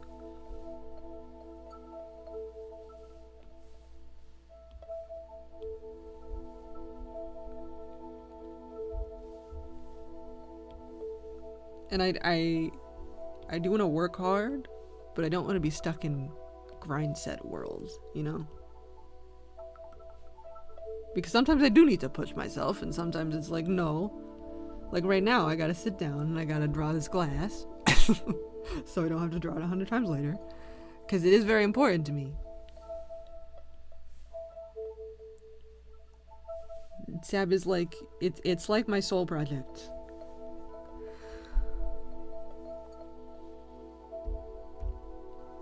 And it's like, I feel like I'm constantly talking about, like, you guys gotta wait for the thing to happen, and I want the thing to happen. I want you to know what I'm talking about, because I want to be able to share that, and it doesn't make sense unless you have all this context, and unless I draw, like, 300 more pages. But I gotta live long enough to do that. You'll have enough time to finish Sab and do your own little projects because I said so. So that means it'll come true now. Thank you. My wish has been granted. I just start thinking about it when health stuff happens because, you know, there's always a chance that things go bad, and then it's just like, well, I guess I am gonna just have a short lifespan. Like, it's a very hard pill to swallow, you know? And it's funny that my brain is like, oh, but the projects, like, that's what I'm concerned about. I really should be concerned about other things.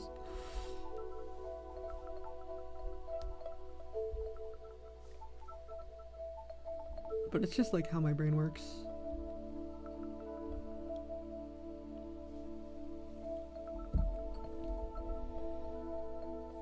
I'll stick around even if the end of Sab doesn't come for 20 years. I mean, in my brain, cause like, I always have dreamed about Sab being animated. And, you know, I see all these indie productions, and I'm like, I feel like I have more of a chance now than I did then when these, like, independent animation businesses didn't exist, because it used to just be like you had to get picked up by a big network and you have to give them the rights to everything, and you don't own shit and you can't do shit and you have to censor all your shit, and it's different now. But I also feel like I would be such an asshole to work with because Sab is so personal to me, and also I'm just like constantly having a crisis. And, you know, when you have things on a deadline and you're working on a team, it's very different than, like, I don't feel great, I'm gonna draw them at the beach, it's whatever. It's very low stakes. Versus, you know, I have to do this thing because people are depending on me is, like, a very different thing.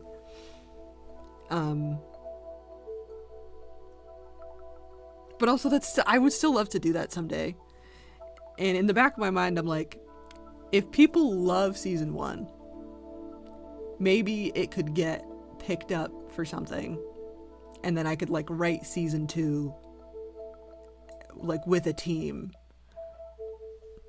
and it's have it written, but like have people just sort of skip to the animation phase instead of doing the comic first. Because I have so much planned for season 2. But it's just like, I feel like I'm a bad team player. I feel like I'm a bad team player. I don't know. Because it's just a different ball game than comics. Comics are a very specific thing compared to animation. But it's still my dream. Is it hailing?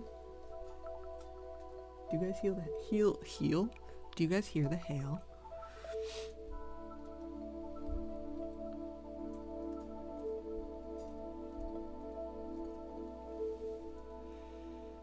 I definitely know where you're coming from, because that shit is rough, but on the same hand, even healthy people aren't guaranteed tomorrow, so move forth, follow your dreams. Yeah, that's fair. You never know, things happen all the time. Yeah, I mean, with the way the internet works, I mean, it's basically like the lottery. You gotta win the internet lottery. And if things get popular enough, things are always possible. But it's also like, you know, do I really want to be known in that way? It's very scary to be known. Like, I think of someone like Gooseworks and the Digital Circus, and having something blow up to that degree, it puts you on such a pedestal that you really like can't communicate anymore. Like, this is a very one-to-one thing. Like, my streams, I'm able to respond to people individually. There's some people who, you know, their stream is going so fast that you can't even begin to comprehend what's going on. I feel like that would stress me the hell out. I feel like once I get to like 10 people in a chat, I start getting stressed because there's too much going on.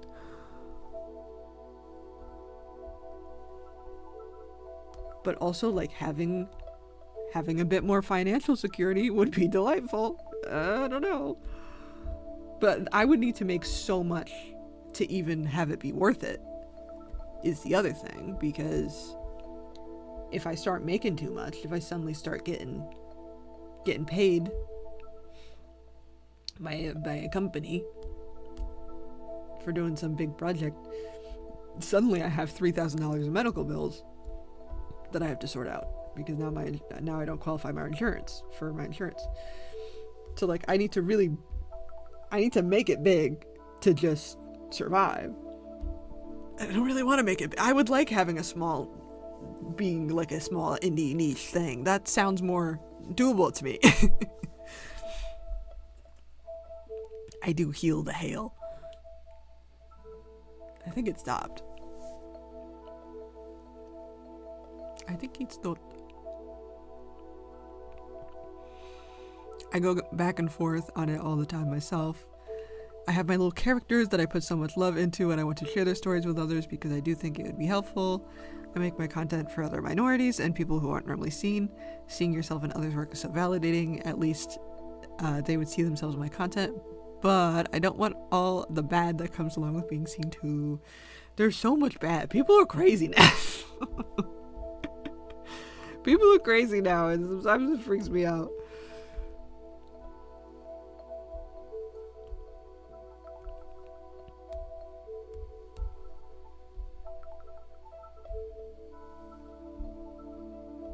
It's just like, oh man. Because even just being on YouTube, I'm always like, in the back of my mind, I'm like, what if they find out? And it's like, find out what? Find out what? I'm like, what if they find out? What are you talking about? What is the thing? Because this is my OCD, but it's just like, there's always this sort of fear in the back of my mind that I'll do something wrong and I won't know about it, and then, like, you know, years down the line someone is like, Jay said this thing on stream one time actually, and so this means we need to find where they live and show up. It's like, can we be normal? Y'all scare me sometimes. Like, y'all are chill, but just like the general y'all, you know what I mean?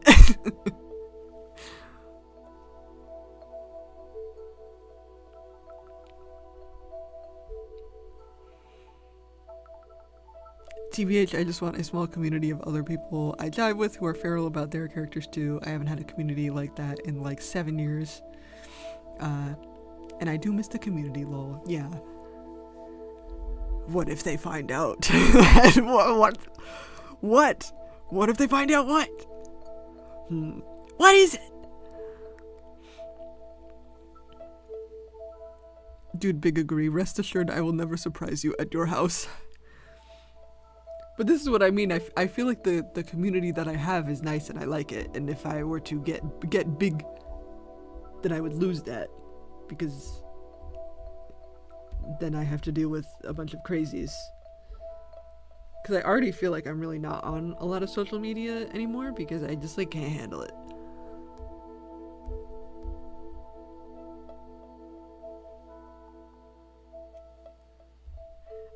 I can't even handle witnessing other people deal with the crazies.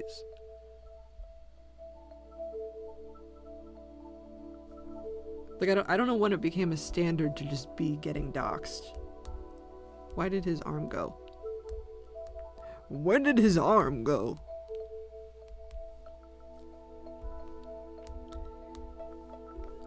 Okay, I guess that got erased. Crazies and minors. Yeah, a lot of them are one and the same. Media literacy is down. People be spending too much time on the internet.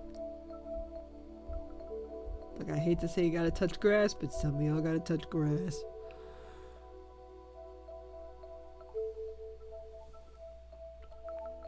Dude, me either. That's why I'm not involved in fandom anymore, lol. It gets too much. Like, I like seeing the sillies, I like seeing the fan art, I like reading the fandom fictions, but some of y'all have crazy takes.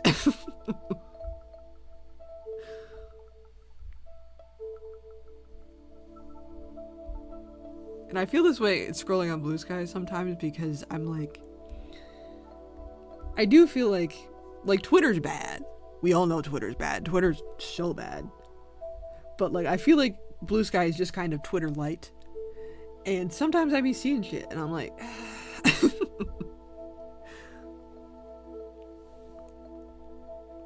touching grass is mega underrated. For real. I mean, this is something, cause like, sat outside while it was raining today and it healed a part of me. Sometimes you gotta just do that. Sometimes you just gotta feel the rain on your skin.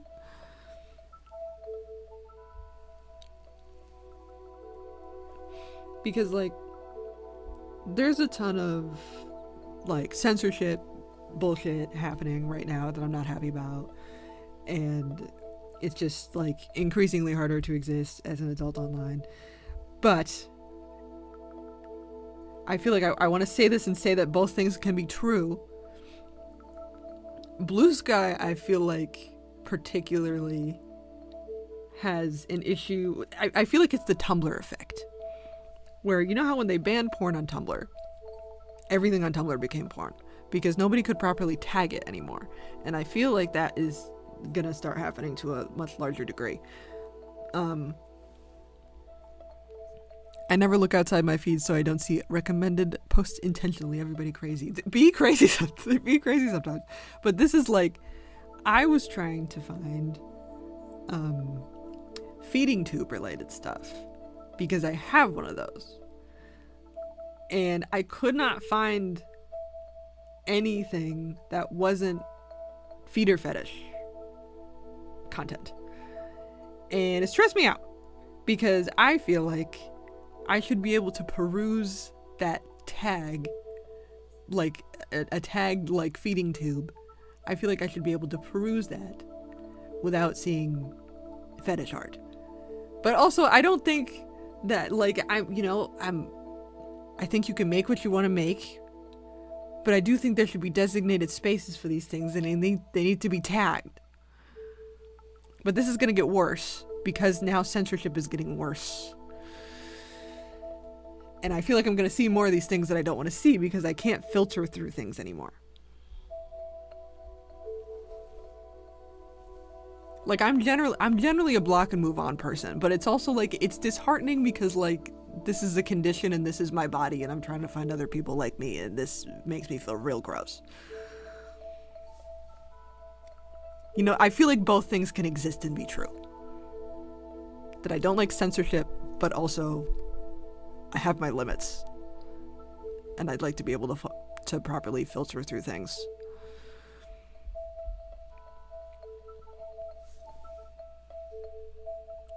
Oh, that's horrific, lol. It was stressful. It stressed me out. Big agree. Because this is something that, like, because I just went elsewhere. I went outside of Blue Sky, and I was like, because I did that trend, because I saw that trend going around where it's like, draw your OC with your problems. So I drew one with Mortem. And I was like, I'm curious because I've seen art of like nasal feeding tubes. I haven't seen a lot of art with pegs specifically. I couldn't find any. Like I literally couldn't find any. And not that wasn't fetish art. I couldn't find any that wasn't fetish art. Like the entire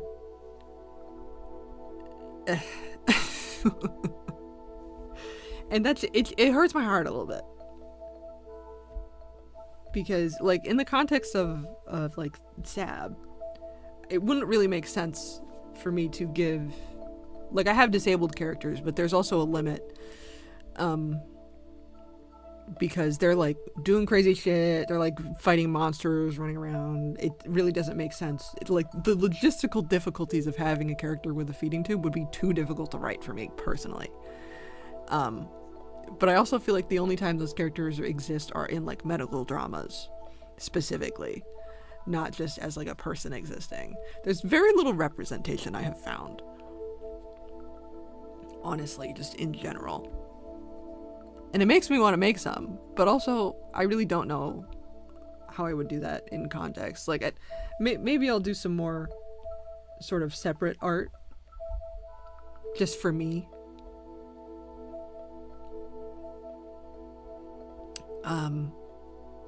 Because it makes me feel better.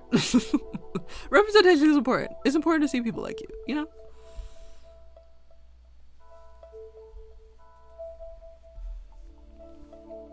Well, ain't nobody want uncensored corn on their feed they didn't ask for, lol. I do feel that. One of my characters in my current project has a Portland Ostomy bag. Oh, very nice. Wheelchair and forearm crutch user as well. Whoa. That's awesome. I mean, the wheelchair thing is always like, wheelchairs are so fucking hard to draw. I would love to include a wheelchair, but God, are they hard to draw. I feel like a model might be doable, but like it really adds a lot of technical things that you need to think about when you're writing a story that you don't really think about.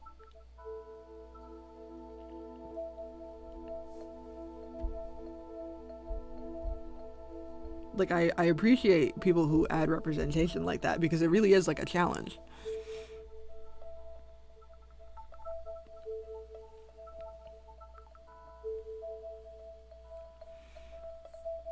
She's a punk bad bitch and I fucking adore her, but it can be hard to navigate sometimes. But on the same hand, I feel like it shows where her limits are and what she's limited by. Yeah, for sure. For sure. She mainly uses her forearm crutches because she's a stubborn lady, but she should mainly use her wheelchair.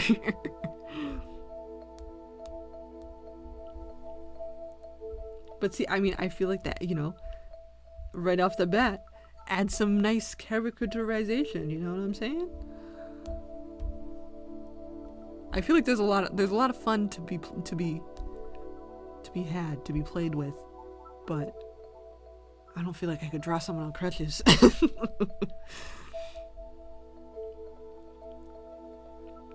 But the drawing component has been difficult to think about too low because God, I don't want to draw that. Yeah, it's tough. It's hard.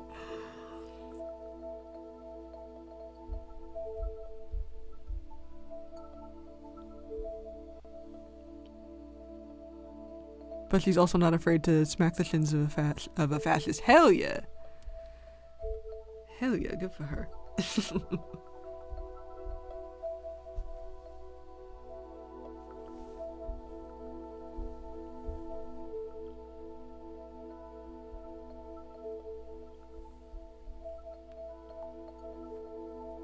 I mean, I have more, because, like, I need to make,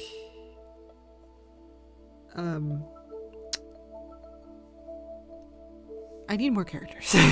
I feel like I need more characters. The problem is I end up killing a lot of characters off when I add them. Because I'm like, I need to create a character exclusively for the purpose of killing them, and then I don't want to do too much with them. Because then I get too attached.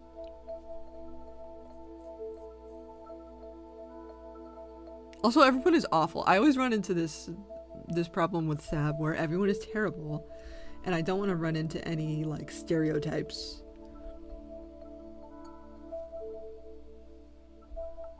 But it's this, like, back and forth of, like, I want to include a thing to be inclusive. But the person who has this trait is terrible and awful and evil. And I don't want those things to connect.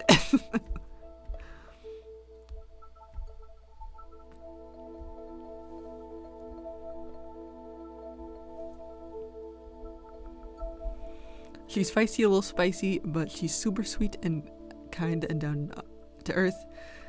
Also an artist who makes some cool shit. I care about her bunches. Her name is Corinne Law. She's one I actually have a voice claim for, one of the few, and it's perfect, lol. Have you drawn, because I feel like I've seen a portrait of her on Blue Sky, mayhaps. Is she the one with, like, the really curly hair? I feel like you have a lot of characters with curly hair. I'm still struggling with the curls. This is another thing, though, is, like, there's different things that I want to learn how to draw.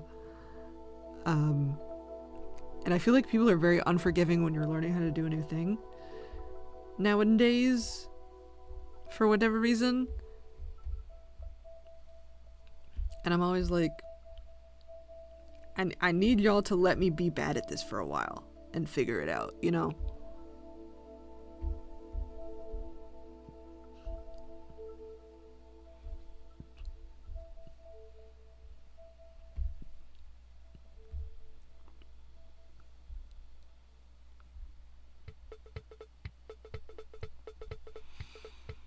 I feel that I have one from the same project named Banks. Got psychosis and gets violent when he's paranoid, but he's not like a violent guy, you know, complicated. And these things are complicated.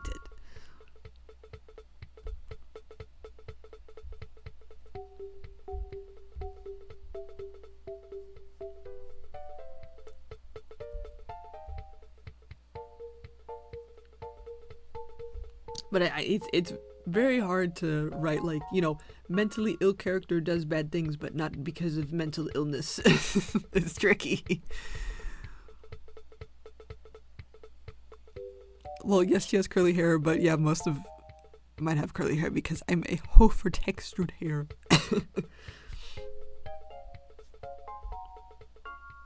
I gotta get better. I gotta get better at that. I have all my element brushes now. I wanted, because so I'm using some side characters as practice, because I have characters that show up for like a couple pages or whatever and then disappear and they're not important. So I'm trying to use them to practice, and I want to practice dreads.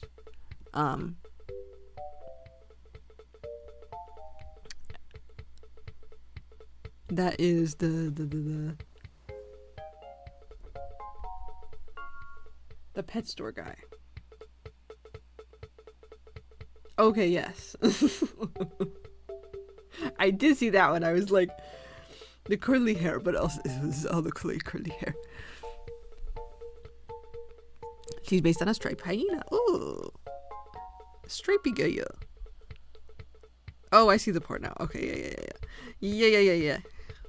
Hells yeah.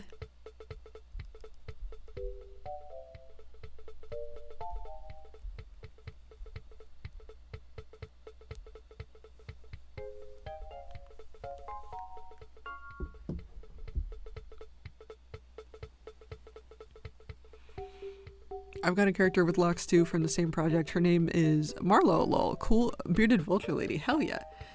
I feel like dreads mayhaps could be easier to simplify than curls, and maybe I'd have better luck with them. But I want to experiment. I want to try them out on like this person that's only going to exist for a couple pages, and maybe I can do that with somebody else later. You know.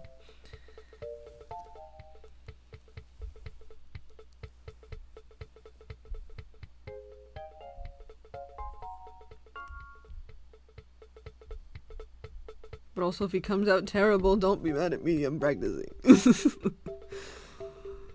I gotta practice. Because I have no idea how to do that. This is gonna practice. I do really need to get better at curls, though. Because I feel like the 80s... It's the 80s. You gotta have curls. I gotta have some texture.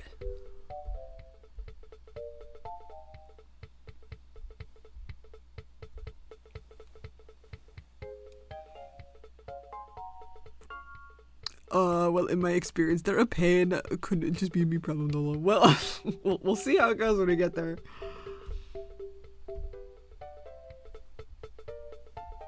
Also, just more plus size characters. I feel like I need more plus size characters. I feel like I'm having a lot of fun actually. Well, so what I'm having a lot of fun with Michael. Michael, don't leave me here. I feel like I've gotten attached to him, but we know what I must do. Michael! He's silly. I like him a lot.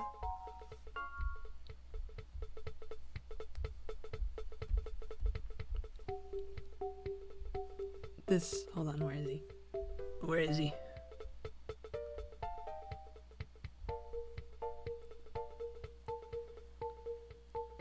I'm still practicing too, so you're good. Him. This guy. I feel like I've drawn him long enough because he's shown up in multiple scenes that I feel like I've finally started getting used to draw him, but he's not gonna be around much longer. Look at him. He's silly. I like him. He's been good practice. I feel like for like trying to make more plus sized buddies.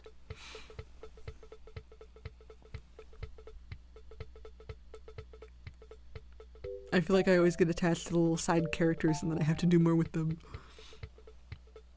I've drawn you for so many pages, man. He keeps coming back.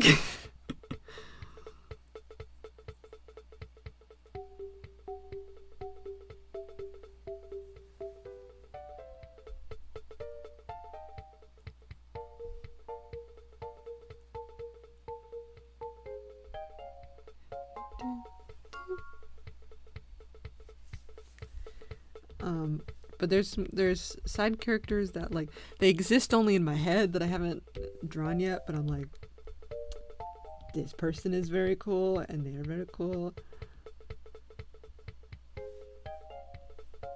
but they only exist in my brain. What I'm trying to do now is I'm trying to create more characters that can be cat up. Because I feel like a lot of the sort of like mission things that he doesn't have a lot of competition. I need to give him more competition. We have a lot of Cat gets fucked with emotionally a lot, but he's pretty strong. He kind of brute strengths his way through shit, and that is how he like survives.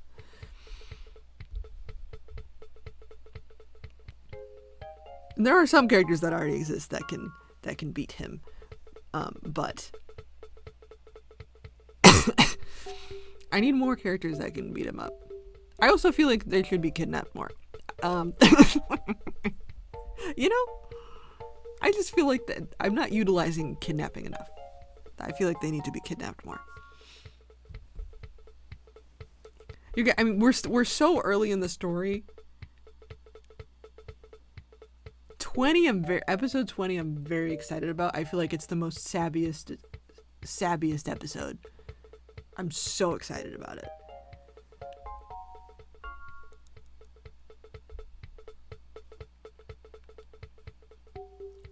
Because I more violence. Exactly.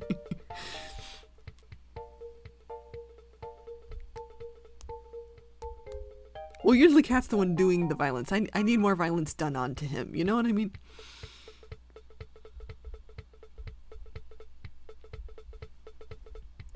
Because he's getting a lot of emotional turmoil. I need some physical turmoil. I need him to get, like, slammed against something.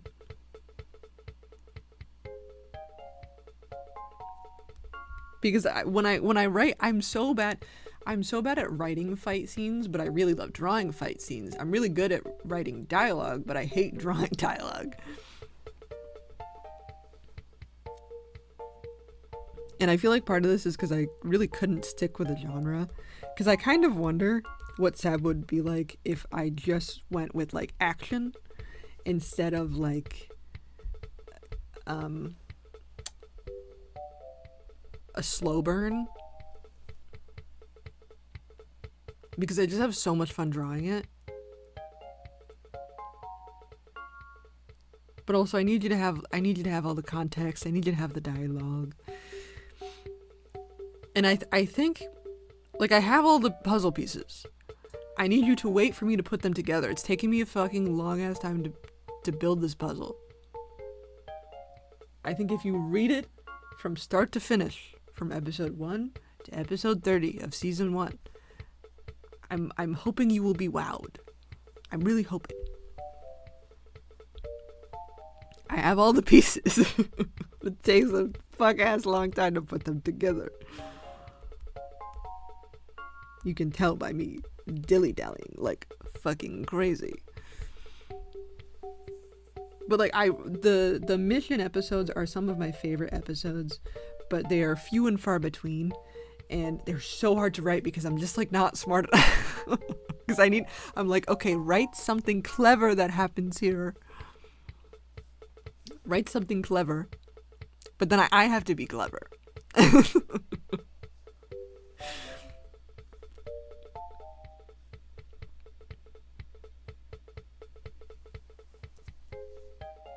Finally gathered my Marlos. Lol, sorry that took so long.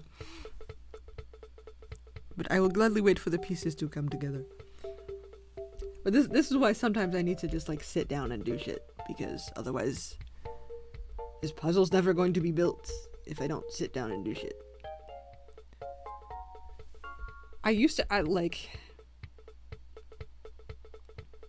feel like I just used to draw more. The past like couple years I feel like I really haven't been using it as my usual like coping mechanism. And I need to get back into using it as a coping mechanism instead of doom scrolling. Cause doom scroll bad, art good.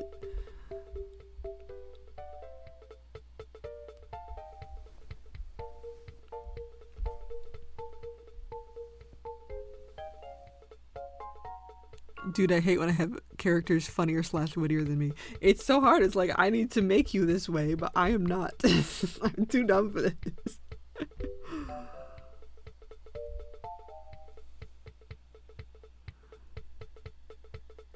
I used to dress so much more than I do now. A whole crime. It's because, like, I wear myself out doing other things and then I'm not drawing. I also think I just get stuck in a rut when I'm in physically the same location for a long time. I'm like a coffee shop girly. I love going to a coffee shop and drawing when there's like other people around, and like hanging out in a location that isn't my house.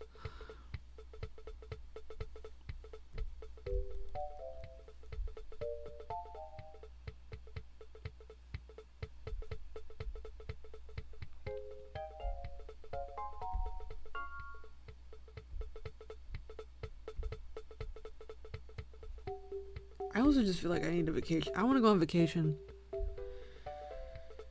I need a vacation so bad. It's so cold out. It's like 2 degrees. So that's not possible. But like I need to go on a beach vacation and be in a new location. Go on a beach vacation in a new location. And I feel like it just resets my brain gets stuck when it's in the same place for too long. I've started to lose skills because I'm just not drawing anymore. Yeah, it's like the combination of muscle memory and like brain memory is something that like constantly needs to be worked, and it's so annoying because I'm trying to learn new skills here, and it's like if I don't practice every day, it's just gone. I have to take notes. I need a better note-taking system because I'm trying to be good and take notes like when I'm learning Blender, because this is the only way I can retain information is if I take notes. But I always lose my notes, so I really need a better system. You deserve a vacation. I need one. I need a vacation real bad. It's just not, I mean, hopefully by summertime, I will be more physically well enough to leave my house and go places. If I could just, it doesn't have to be far. If I could just go on a day trip. I would like to go to the aquarium, because that's like a nice day trip activity. You go to the aquarium, and then I feel like it resets my brain for a while.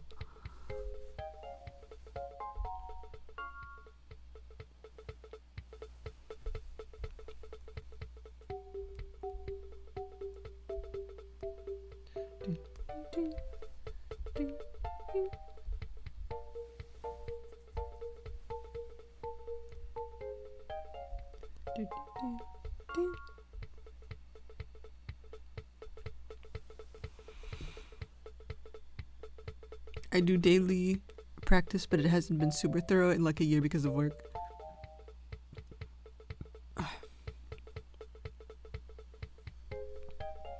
I'm almost at 2 years of drawing something every day, and that's cool. Just wish I had more to show for it. I'm full of air. Hold on. I don't cough as much, but I do burp a lot more. Because this is air. Dude, aquarium's so good. I gotta go to the aquarium. I need to go.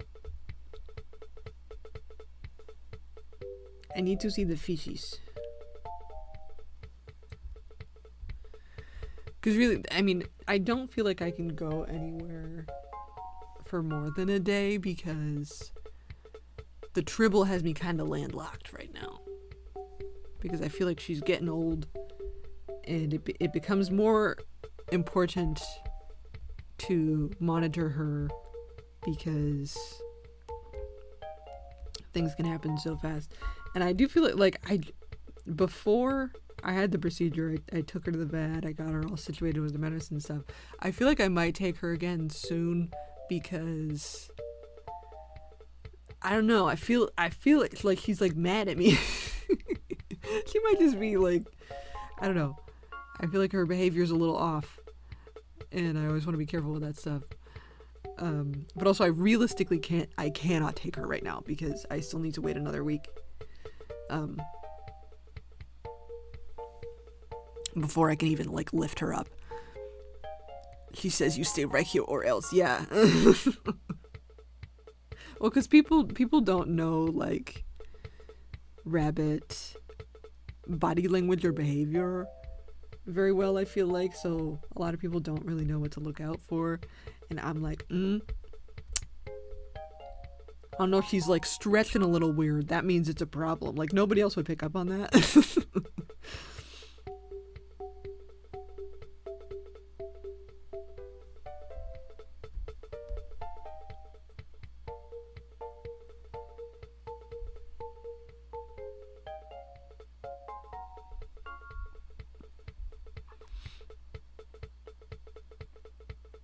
I don't really trust anyone to watch her.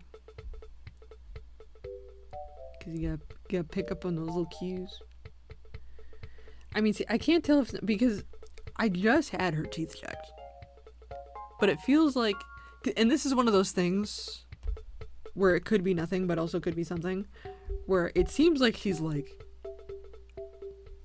spilling food out of her mouth when she eats, but she just had her teeth checked. And also, I feel like it might just be because she's like shovels food into her mouth. Like she puts too much in her mouth and then it like falls out. But also, like, is there a dental issue? Because rabbits get dental issues. Do I need to get her teeth checked again, even though I had it checked like 2 weeks ago? I don't know, man. These are always... And rabbit people be crazy because, like, rabbits are so fragile. If you ask the rabbit people this, they're like, oh my god, why are you not at the vet immediately? Why are you not at the vet right now? Why are you not at the vet yesterday? And it's like... girls.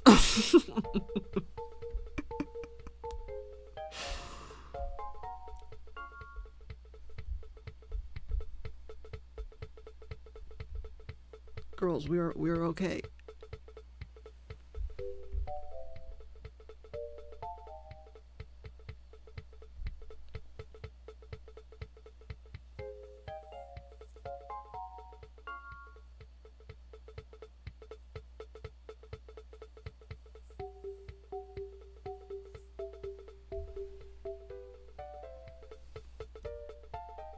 I'm the same way with my dog. I feel you, lol.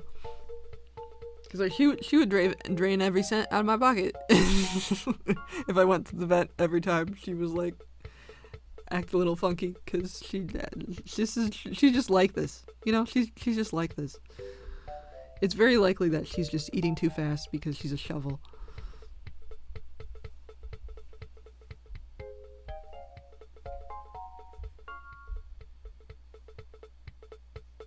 But I don't think it would be a bad idea to get her teeth checked again sooner rather than later. But I don't think this is like an emergency. You know what I mean?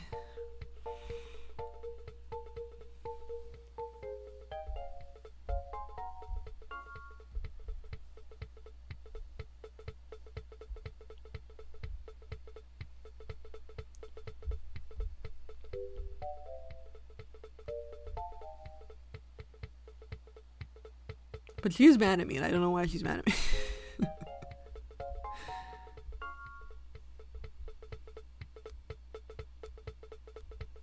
Like, she had two times this week, she, like, actually came over and was nice. And then the rest of the week, she's like, I want nothing to do with you. I'm like, why? What did I do? She said she wants all that food up in her gob. Yeah. She's just... She's just like this. She's just like this. But I know, because she has these joint supplements that she takes and that she loves. They're treats to her.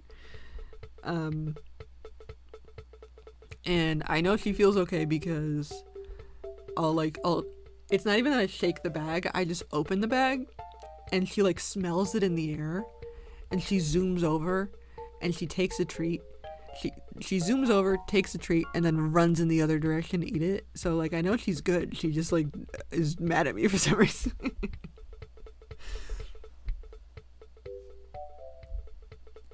What I do need to take her to the vet for is a haircut, because I was gonna give her a haircut before I got my procedure, but now I can't give her one.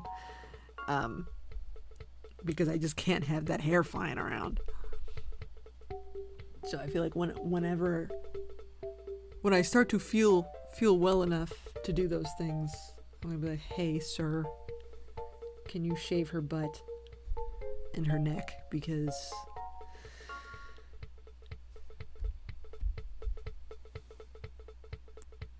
it's getting real long.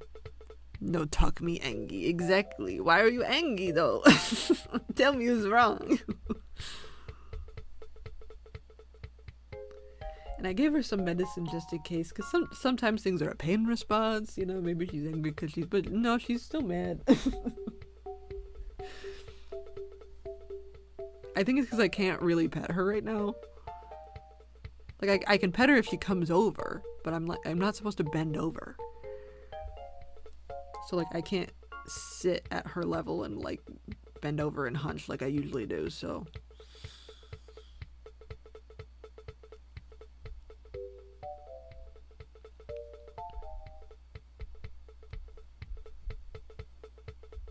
But this is the triple drama, always. The triple drama.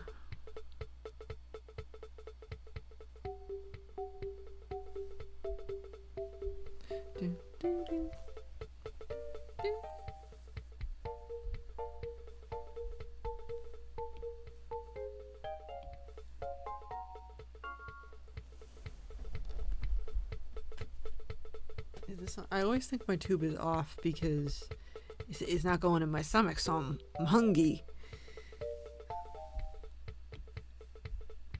But it's fine. I'm supposed to be hungry. That's something I gotta get used to.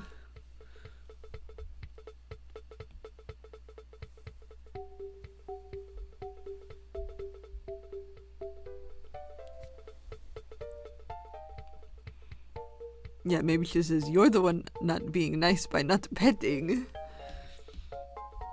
I can't reach you, girl.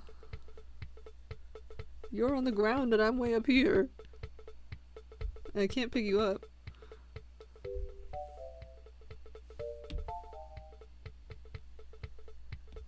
Anyway, she's holding a grudge for whatever reason.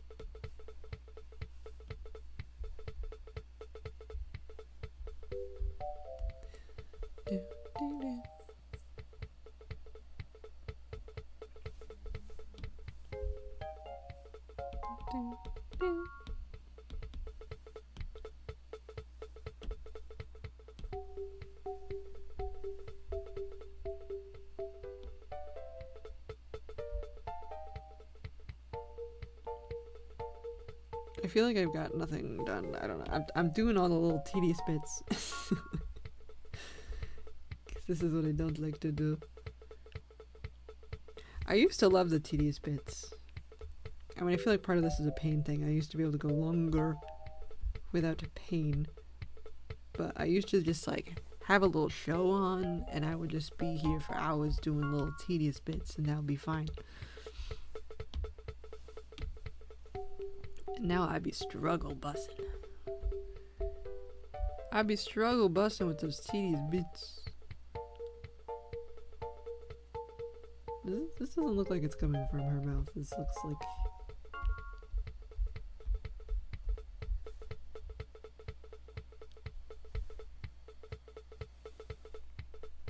I've always hated the tedious bits. I gotta like trick my brain into liking them again.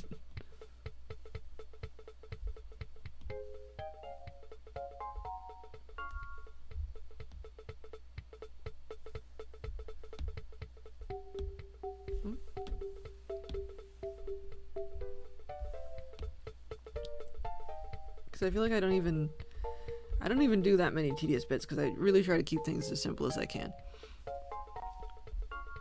But I want to draw them outside more. This is why I'm excited about episode 20. I want to draw them outside because I feel like I have not given enough of the impression that they are in Florida, and I gotta draw them outside more.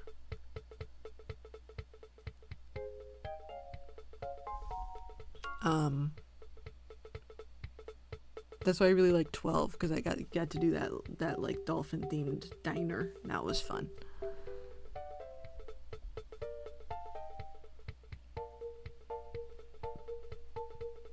Oh,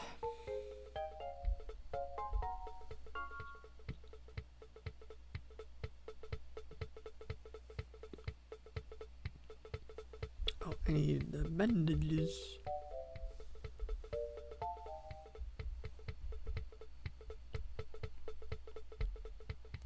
Like I feel like some scenes I write purely for location. Take the boys on a field trip.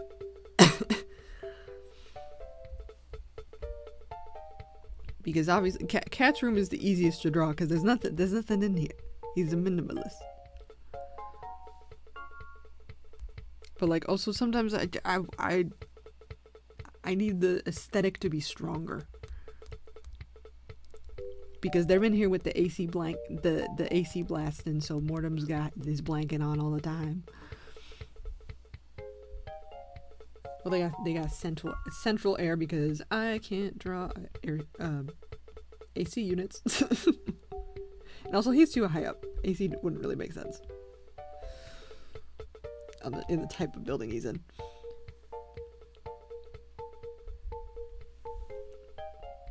But fun fact, that's why Mortem is always complaining about it being cold, because Cat is blasting the fucking AC.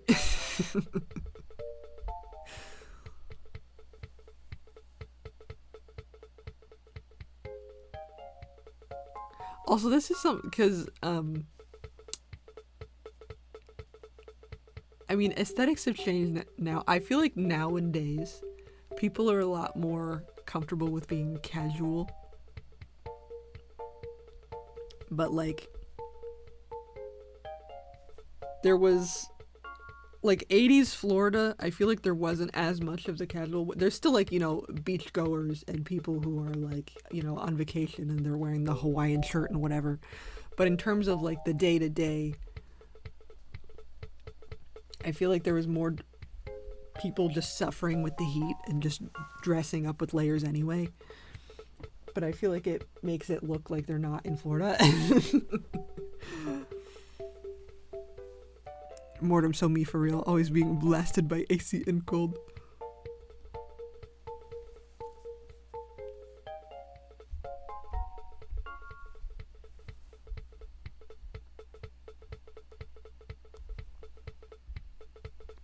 See, Mortem, because I feel like, I always say that, like, Cat runs hot, Mortem runs cold. But also Mortem doesn't really do good in hot either, honestly. He needs to be, like, at 70 degrees. And, like, any less or any more is a problem.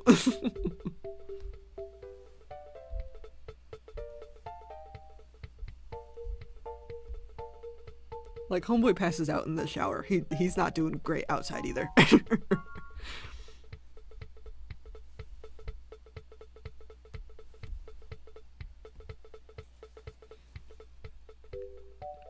I'm the exact same way. I feel like it's I don't know what condition it is, but like difficulty regulating body temperature, I feel like is a thing with a lot of these things.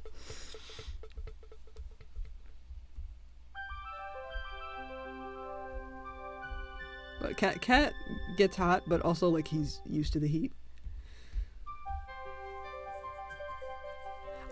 Cat has armpit hair, and I feel like I never draw it because I've never put him in a position where it's, like, super visible.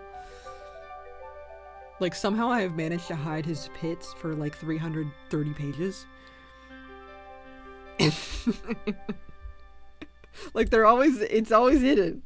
They're always hidden. Even this it doesn't line up. I need him to just put his arms above his head so I can show everyone there's hair there.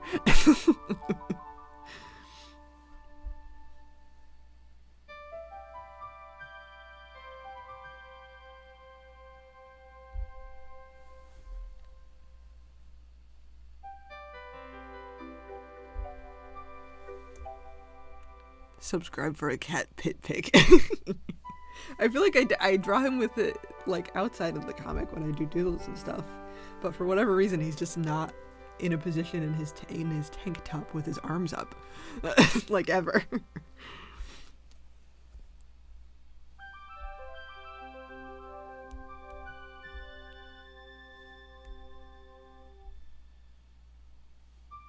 Look at this bastard. I gotta color his eyebrows.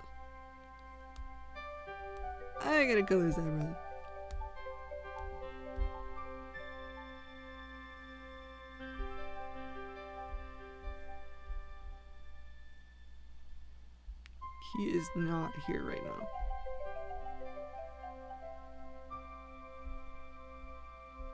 Leave a message at the tone after the dial. At the tone after the dial? What am I saying?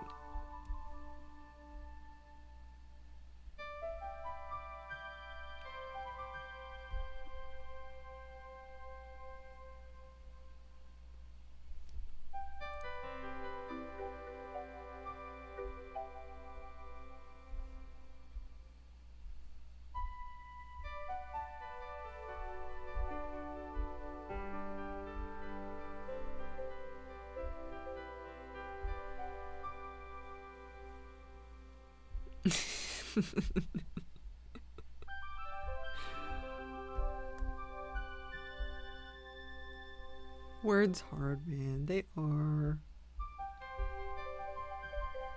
They are. I told you, soup brain. Soup brain.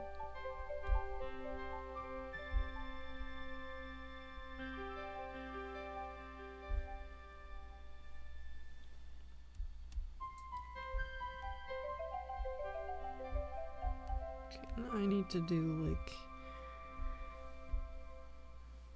Aiden's hair. I need to do like a really thick line so this doesn't get in the way of cats.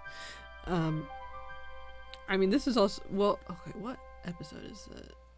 I think it's after 20. I think it's like 21 or 22. But that's also gonna be fun to draw because they go outside and do outside activities. And that's a, well, okay, let me look, because I need to look at my episodes all laid out.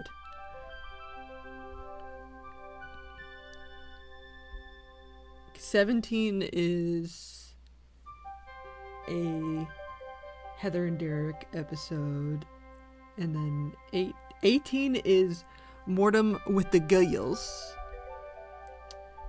and then 19 is like all cat, and then 20 is a mission episode, and then 21 is Back to the Boys, and then 22 is kind of a little everybody, but a lot of Aiden and Kat, and they're so fun to interact because I feel like I don't do a lot with Aiden, but her and Kat and her together are so fun when you like leave them alone in a room, because I feel like you don't think they would have a good vibe, but they have a great vibe. They're just like very tight. It's really fun.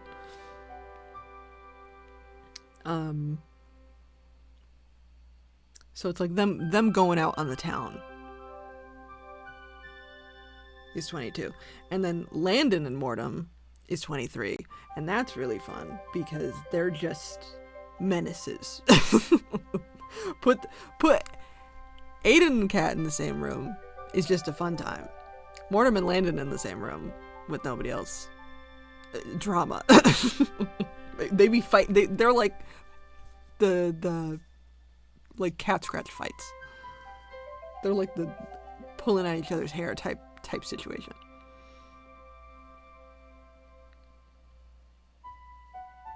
And then I feel like 24 and up is total mayhem. I mean, 24 is another Heather Derek episode, and then 25 and up is like the finale. Things are happening. People are starting to die. Shit's getting crazy. But we're only technically on 14 and 15, so we're not there yet.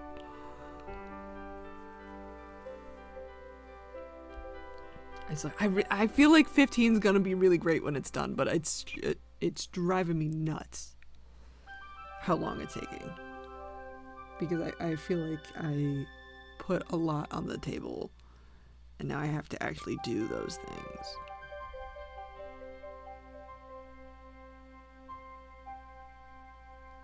Okay, what are other little bits and bobs that I can do?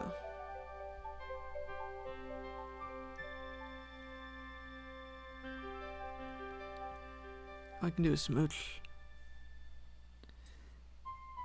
No, actually, because I need a better reference.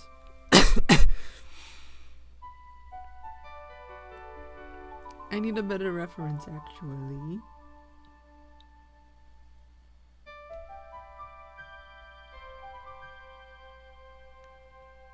Trying to see, what have I not colored yet? What have I not colored yet?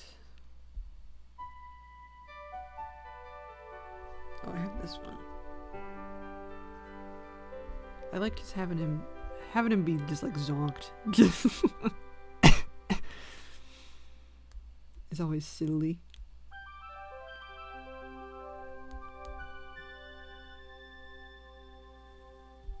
This silly Billy.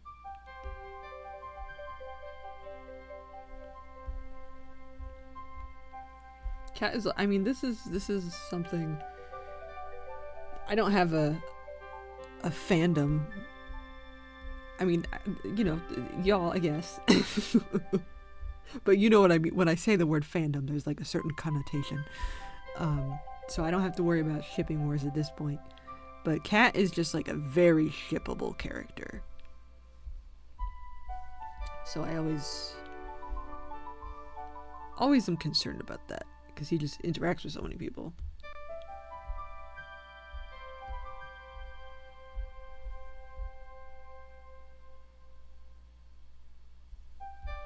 But it's fun because he interacts so differently depending on the person.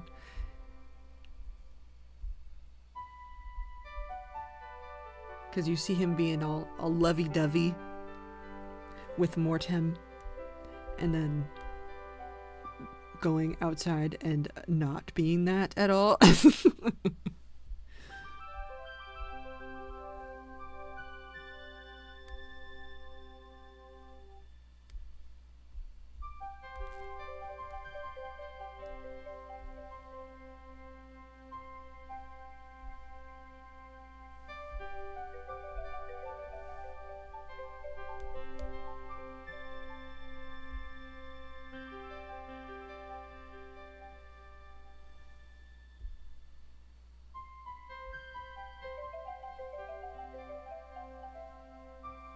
Look at this motherfucker.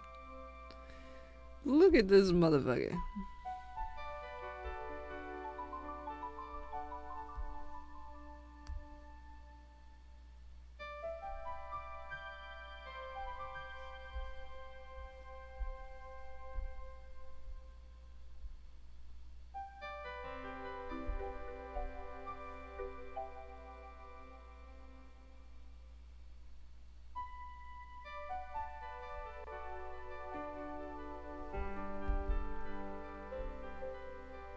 This needs to be a box. This needs to be a box.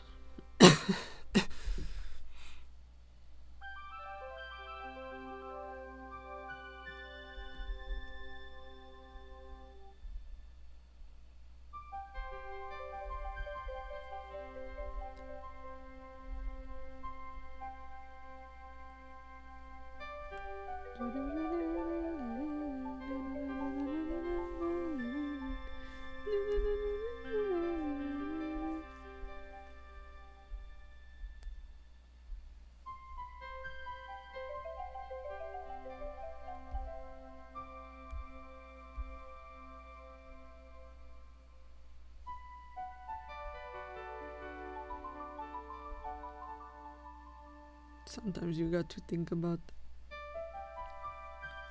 word placement. Word placement is important. Oh, that's... Was that what I had? Hold on.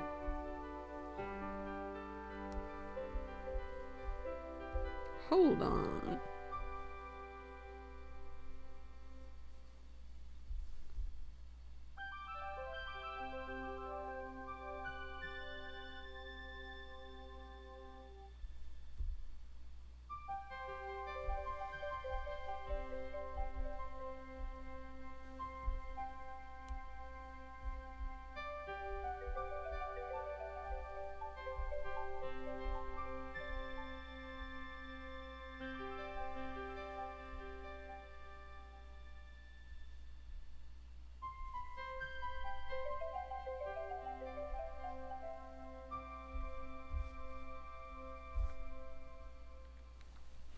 I mean, I'm excited about it now, but I feel like I might not be when I actually get there because it's going to be so much work.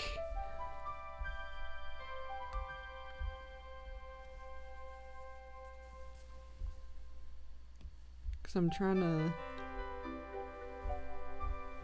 do 3D models for interiors, but exteriors I still want to hand draw because I don't feel like it's worth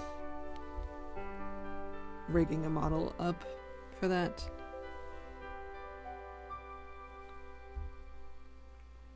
And I really like drawing backgrounds. Like outside, I want to draw them outside. I want to draw them going to the mall, but then I have to draw a mall.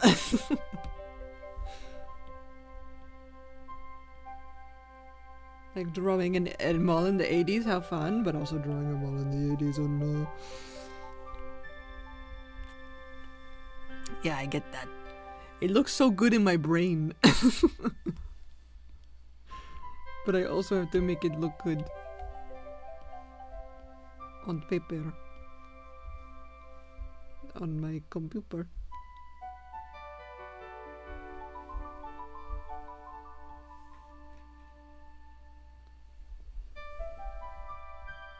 Is the treble coming out? Or is she just adjusting?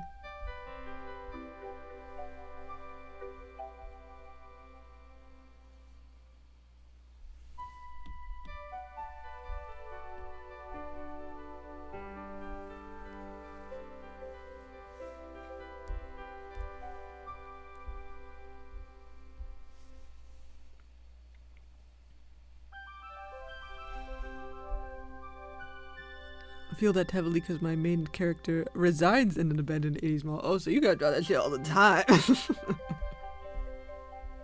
It's such a cool setting, but oh man. Oh man. Oh boy.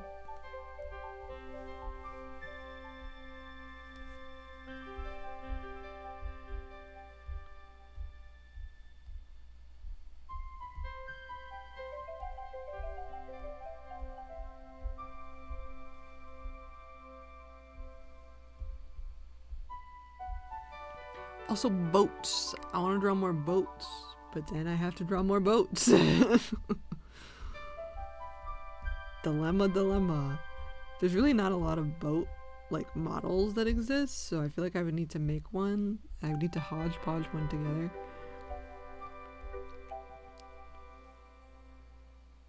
Also, I feel like I have a mischaracterization of what a yacht is, because I feel like everything is a yacht. But I don't think they're actually yachts. You know what I mean? But I feel like this is because I grew up around boats. Yeah, basically made hell when I decided I wanted to make a comic. I know, it's like, why did I make this? Why did I make this hard on myself? But I mean, I could have them be in Cat's room all the time. The Cat's room is where I gave myself the leniency because I know they're going to be in there a lot. But I get bored. I get bored is the problem.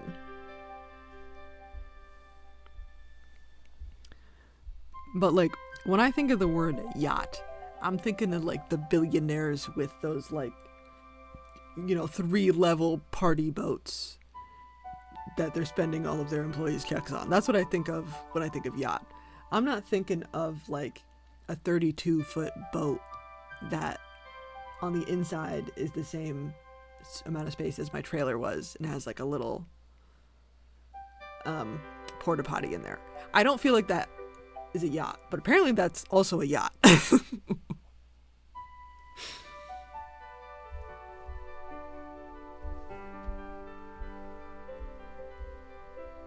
But it makes it hard to look up references because I'm technically looking for a yacht, but I don't want the big boy yachts. I want the cramped little things where you're shitting in a bucket and then you're flushing the bucket into the ocean.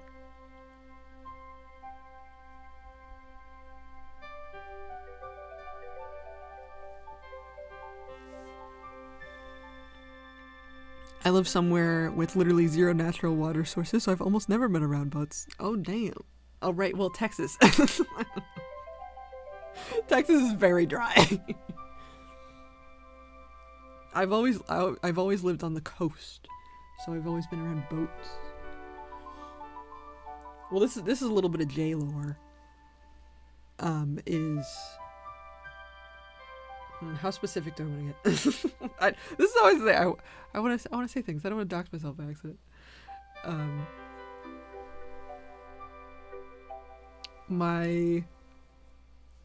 I have a family member that is a boat captain, and that's like their job. A boat captain and a dock master. It sounds very, very official. But so that means I get to go behind the scenes of like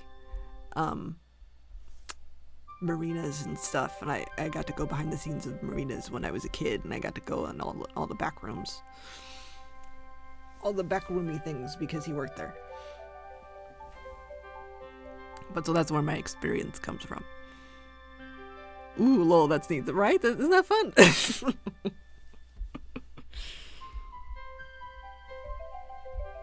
I feel like there's not really a lot of things like that anymore, but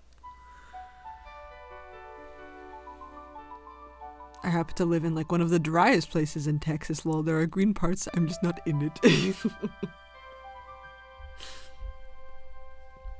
Well, Texas on the whole is pretty landlocked, so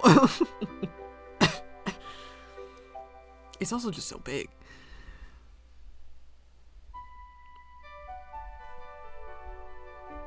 But right now, I'm in that kind of weird spot where like I'm technically on the coast, but I'm not close enough to go to the beach, and it stresses me out.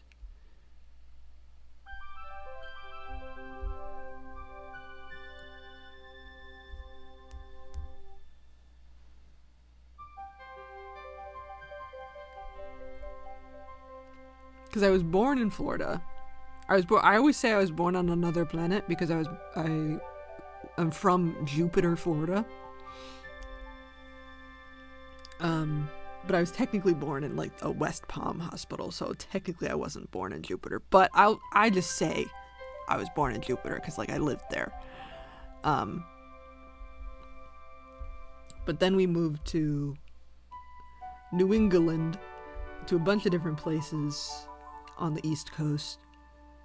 But I've always been pretty close to the coast. At least like a day trip away. Like you can get to the beach in like a couple hours. But it is better technically to not live like right on the coast, because if you're right on the coast, you gotta deal with flooding and stuff.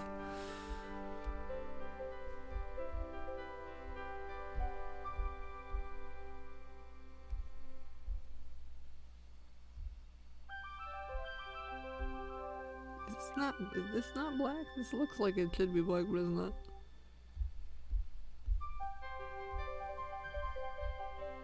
This is not black.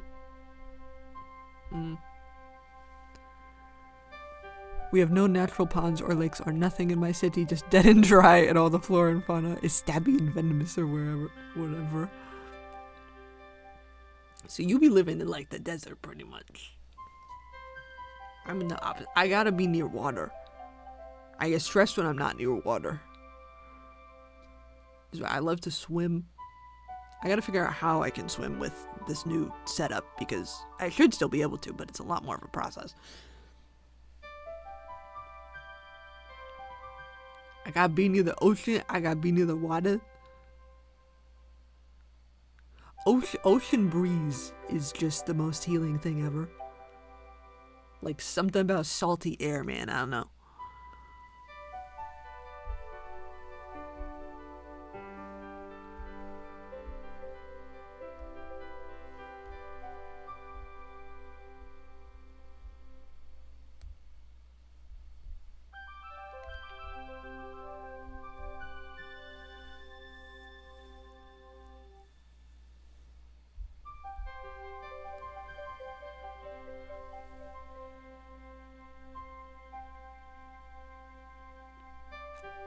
I was born in the Houston area and have lived in my current city since I was teeny tiny. No longer in the Houston area though. I was only born there because I have family there. Yeah, we're in the desert part, lol. Got rattlesnakes, coyotes, and cactus. Oh shit. Oh. I don't think I could take that. I don't think I could live in the desert. It's funny, I always joke because I'm a Leo. I was born in August. And like I'm just such a water person. I want to be in water all the time. But I'm a fire sign. Oh no.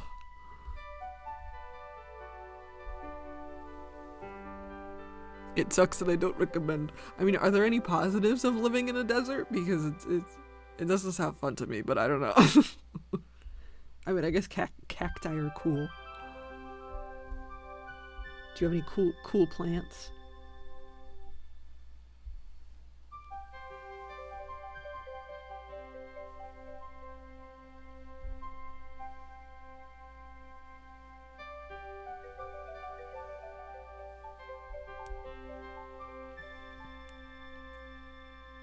I mean, no hurricanes. I mean, that's always a plus. Tis always a plus.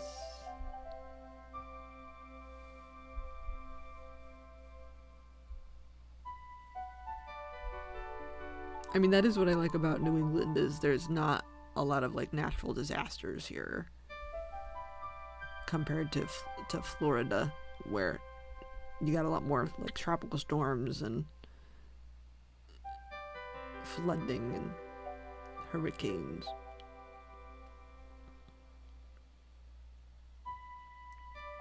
Also, I feel like it's just increasingly crazy there politically, so I'm better off in New England. Better off northeast than southeast. But I feel like I am Florida man core, you know?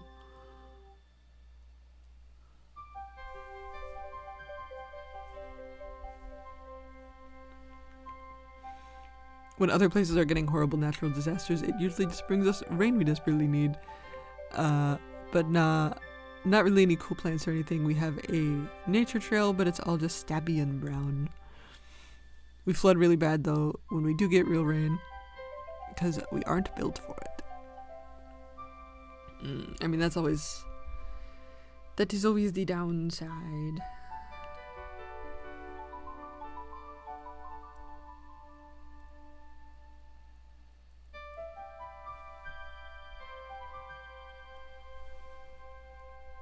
Roads become undrivable within like 20 minutes if we get actual heavy rain. Oh, what the hell?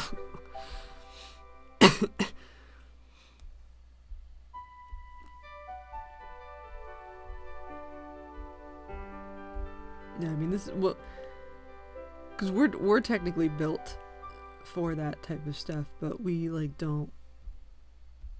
It just becomes very inaccessible, is what it is. Like we survive it, but everything just becomes very inaccessible because they shovel like a tiny little spot in front of your door. So if you have a wheelchair, good luck. You're not getting through this. You just can't use the sidewalks until everything thaws.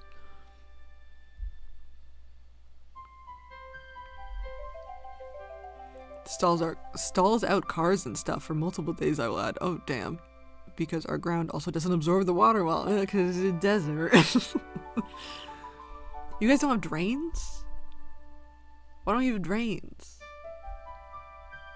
I feel like that's not a crazy thing to build. I don't know.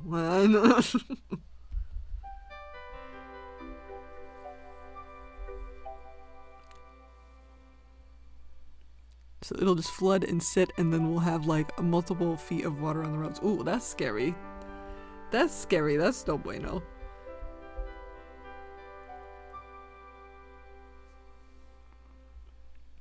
Nope, well, basically no drains because we don't usually need them. y'all should have drains. I know you're not in charge of that, but y'all should really have drains or something.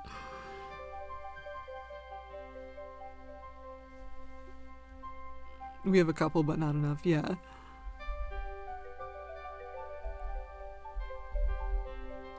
I feel like a lot of infrastructure is just so shit. So shit nowadays.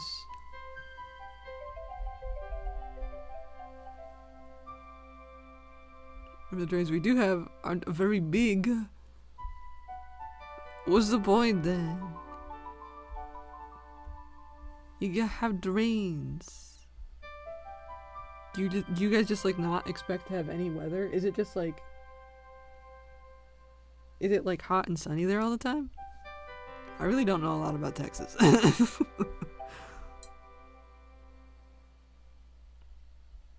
Is it a warm place? I'm imagining. You guys have dry heat then, right? Not, because we have humid heat by the coast. I have basically nothing good to say about my city. Lol, it just sucks. The people are usually pretty nice and friendly because southern hospitality, but that's about it. Yeah, we basically get no weather but hot and sunny. Yeah, super dry heat. I don't know what's better, honestly, drier or humid. I feel like humid is suppressing.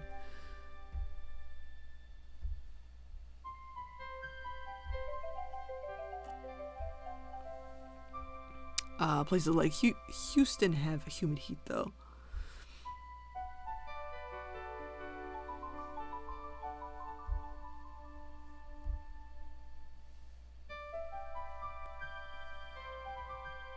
So like we're already having 75 to 80 degrees, 80 degree days right now. That's crazy because it was like minus 12 yesterday here.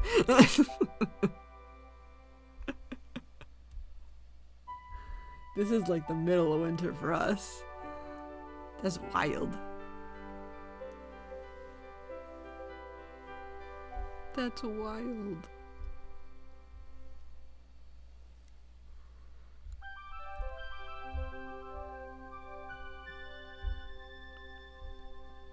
Like everyone's got to keep their sinks dripping because the pipes explode because it's so cold.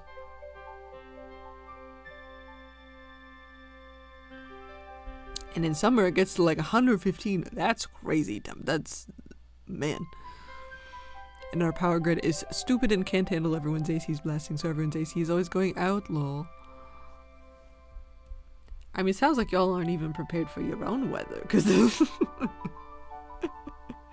damn. This horrible sweltering heat. 115 is... Oh. I mean, it's not survivable.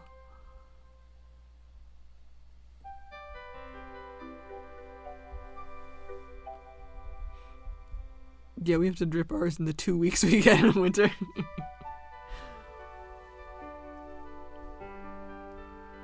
Till we be great. We get like 6 months of winter.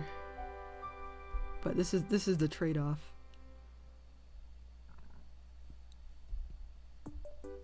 Because spring is very nice. And fall is very nice. Fall is really beautiful here.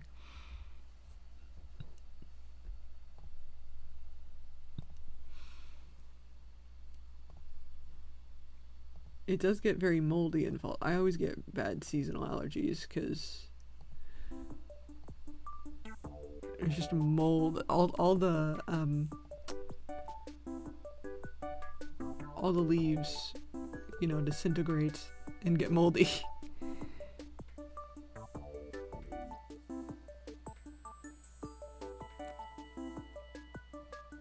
If you've seen the game No, I'm Not a Human, that's how it feels living here. Oh man. To be fair, when I was a kid, it was a crazy hot day. If it got over 95, I remember hitting 100 as a kid and being like, whoa. But, you know, global warming, well, yeah, that's what I was wondering. Because 115 feels, I mean, wow. I mean, I think the hottest it's gotten here is like 104. And that was like crazy talk. I can't, like, I feel like those 10 extra degrees really makes a difference.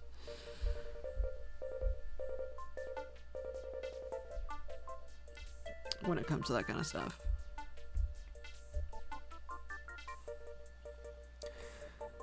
We get no fall. Everything goes from barely green to brown and dead. None of those cool reds and oranges. Lol. Yeah, we have. I do like having seasons. I like feeling like time is passing. And like I'm not just living Groundhog Day. We've hit 120 before a couple summers back, and it was bad. We were advised to stay inside, lol. Yeah, well, it's like dangerous as a human, I feel like. You're not meant to withstand those kinds of temperatures. When it gets that hot, people be getting heat stroke.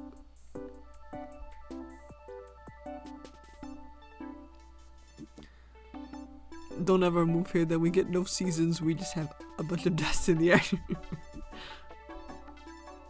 Well, if I was gonna move somewhere that was hot all the time, I feel like I would move to a tropical place. I wouldn't move to a desert. But either I can't tolerate the sun anyway, so who are we kidding? Who are we kidding? I still have that light sensitivity problem.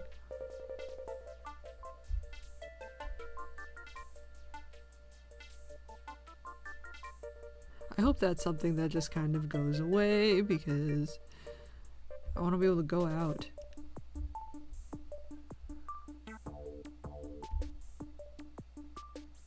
Go out in the summertime. In the sunshine. Without wearing ski goggles, because it gets fucking hot. Strapping ski goggles to your face in the summertime, and then people look at you like you're crazy.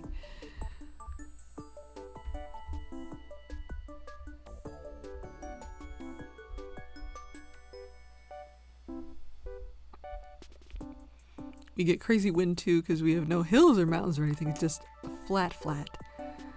So whenever we get a crazy winds, the entire sky goes brown and gross slow. Wind so crazy it's hard to stand, because it's just blowing that dust around.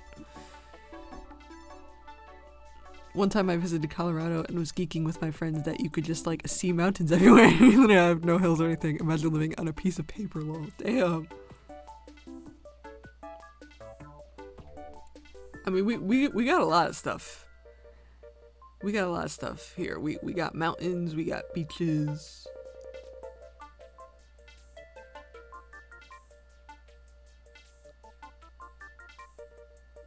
We got weather.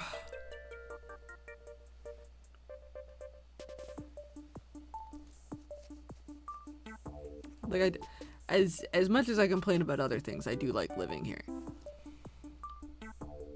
We got dirt. I mean, it is also expensive as fuck to live here, though. I feel like Texas is a lot cheaper. So I think average one bedroom is like $2K. I don't know what it's like in Texas, but I imagine it's not it's not as expensive. Got New England prices.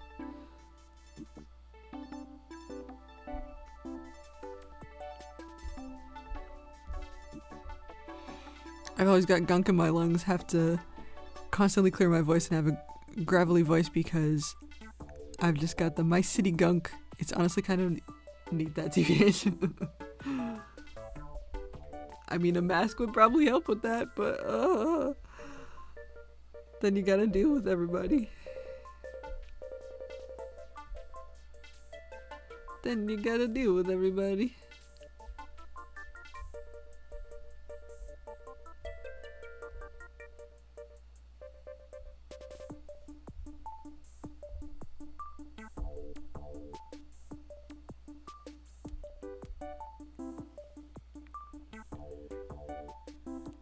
Our particular city isn't super cheap, well, definitely cheaper than other places, but not super cheap.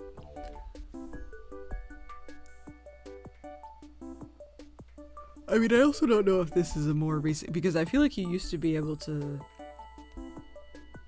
move down south and pay significantly less for rent, but I don't know if that's really the case anymore.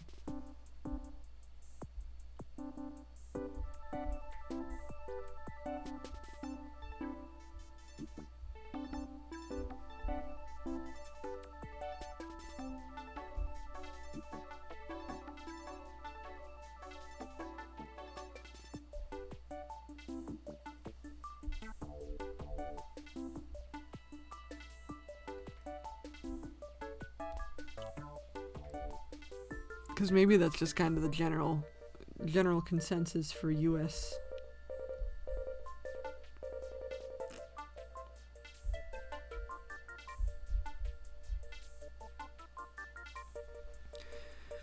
We have to pay $1,800 per month for our 3-bed, 2-bath, but it's not a big house, lol. It's like 1,200 square feet. But our house is also old AF, not updated, and was definitely the whole landlord special. Mouse droppings in our cabinets upon move-in, a bunch of junk in the backyard, lol. I mean, that's $1,800 for 3 beds is still pretty crazy. Like, and because I'm trying to think of how much a 3-bed would be here. If we wanted anything like, you know, regularly nice and not trashy, it was $2,000 plus. Because I'm thinking in terms of studio, because a studio would be that much here. A studio, but also, I mean, studio is probably like 500 square feet. So it's still like half.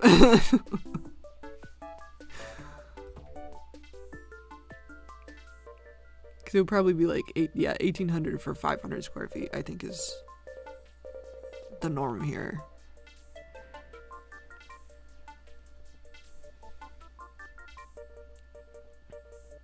Yeah, the rooms are definitely not big at all. Pretty shoeboxy, but still rooms nonetheless.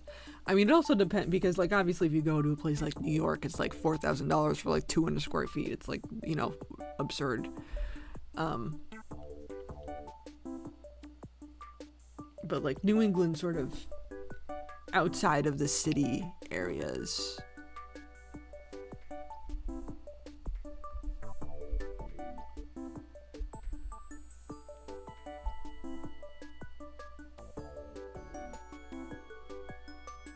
but I wouldn't say that ours is typical. Def's still cheaper than y'all, but not like, wow, the prices, you know. Yeah.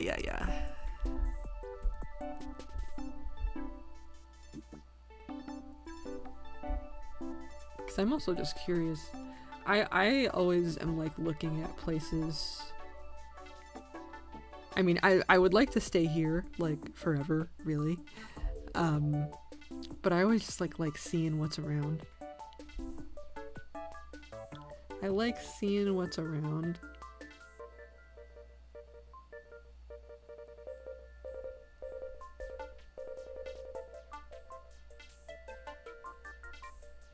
Well, a lot of these places, I mean, I couldn't qualify for anything here because I have a place because I know a guy. That's how you get places, because nobody will let you.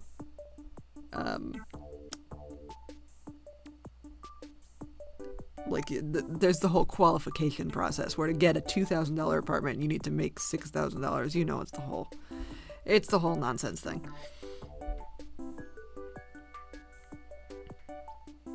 Oh, that's actually not. This is not. I mean, these are in very bad locations, but this is the thing you gotta know.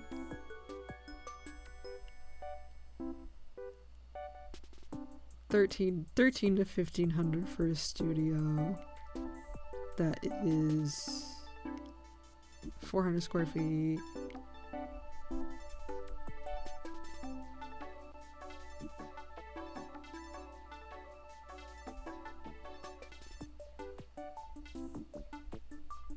You could rent a room for $800.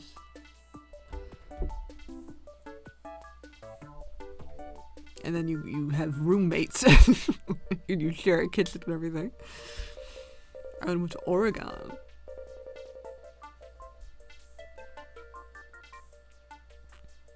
Yeah, it's stupid hard to secure a place. It really is.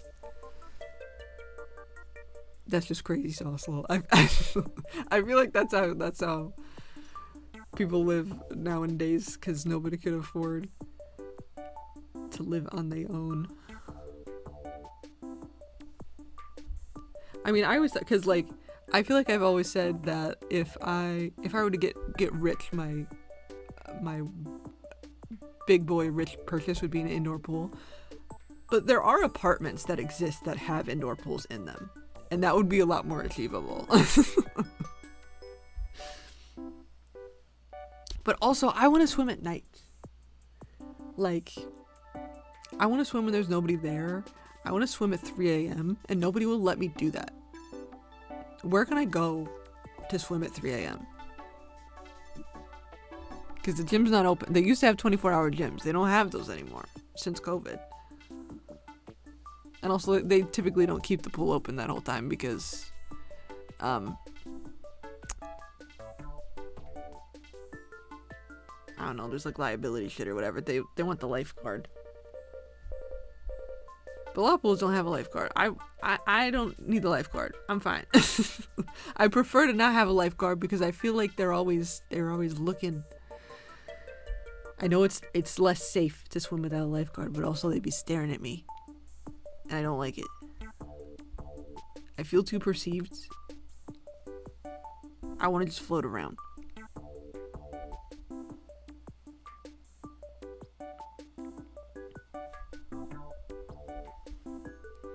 I had a pool in ground growing up, and I wish I could gift it to you because I never super cared for it. Well, when you live in a hot place year round, I feel like there's more pools available.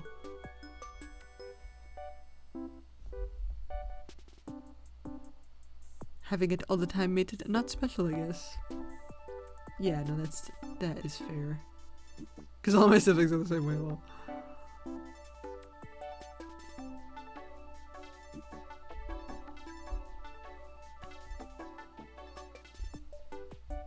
I mean, I had friends with a pool, and I feel like I was at that pool all the time. It was so nice. We were always going to the friend's house with the pool.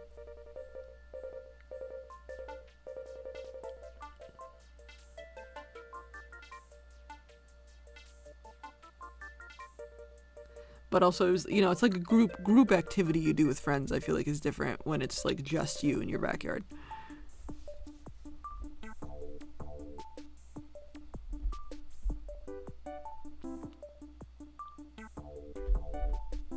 Because my mom still lives at that house, and even she doesn't really get in it. I mean, is it like, because pools are a lot of maintenance. Is the other thing if you have your own pool. Because is the pool kempt? Is it a kempt pool?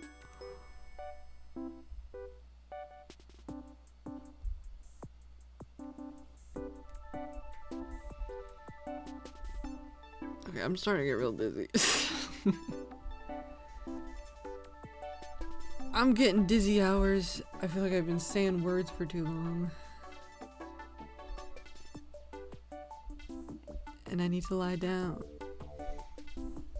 Dude, yeah, I always had swim birthdays as a kid because my birthday is in August. All the kids were feral for the pool and I couldn't care less.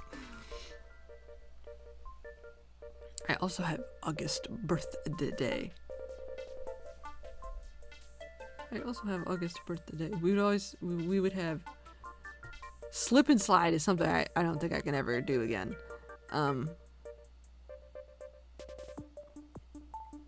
But like those, was it slip and slide? No, like the inflatable water slides. You used to be able to rent them, and I would rent them for my birthday. And I would just be going down that shit. And it was a blast.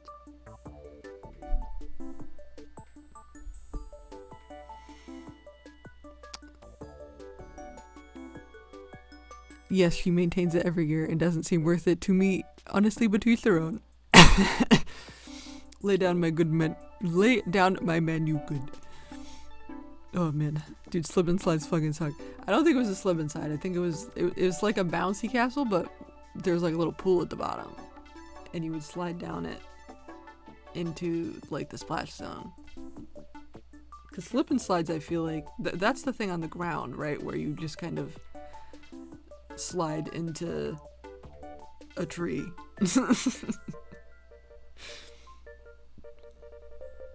that's not what I'm talking about. I'm talking about the inflatable ones.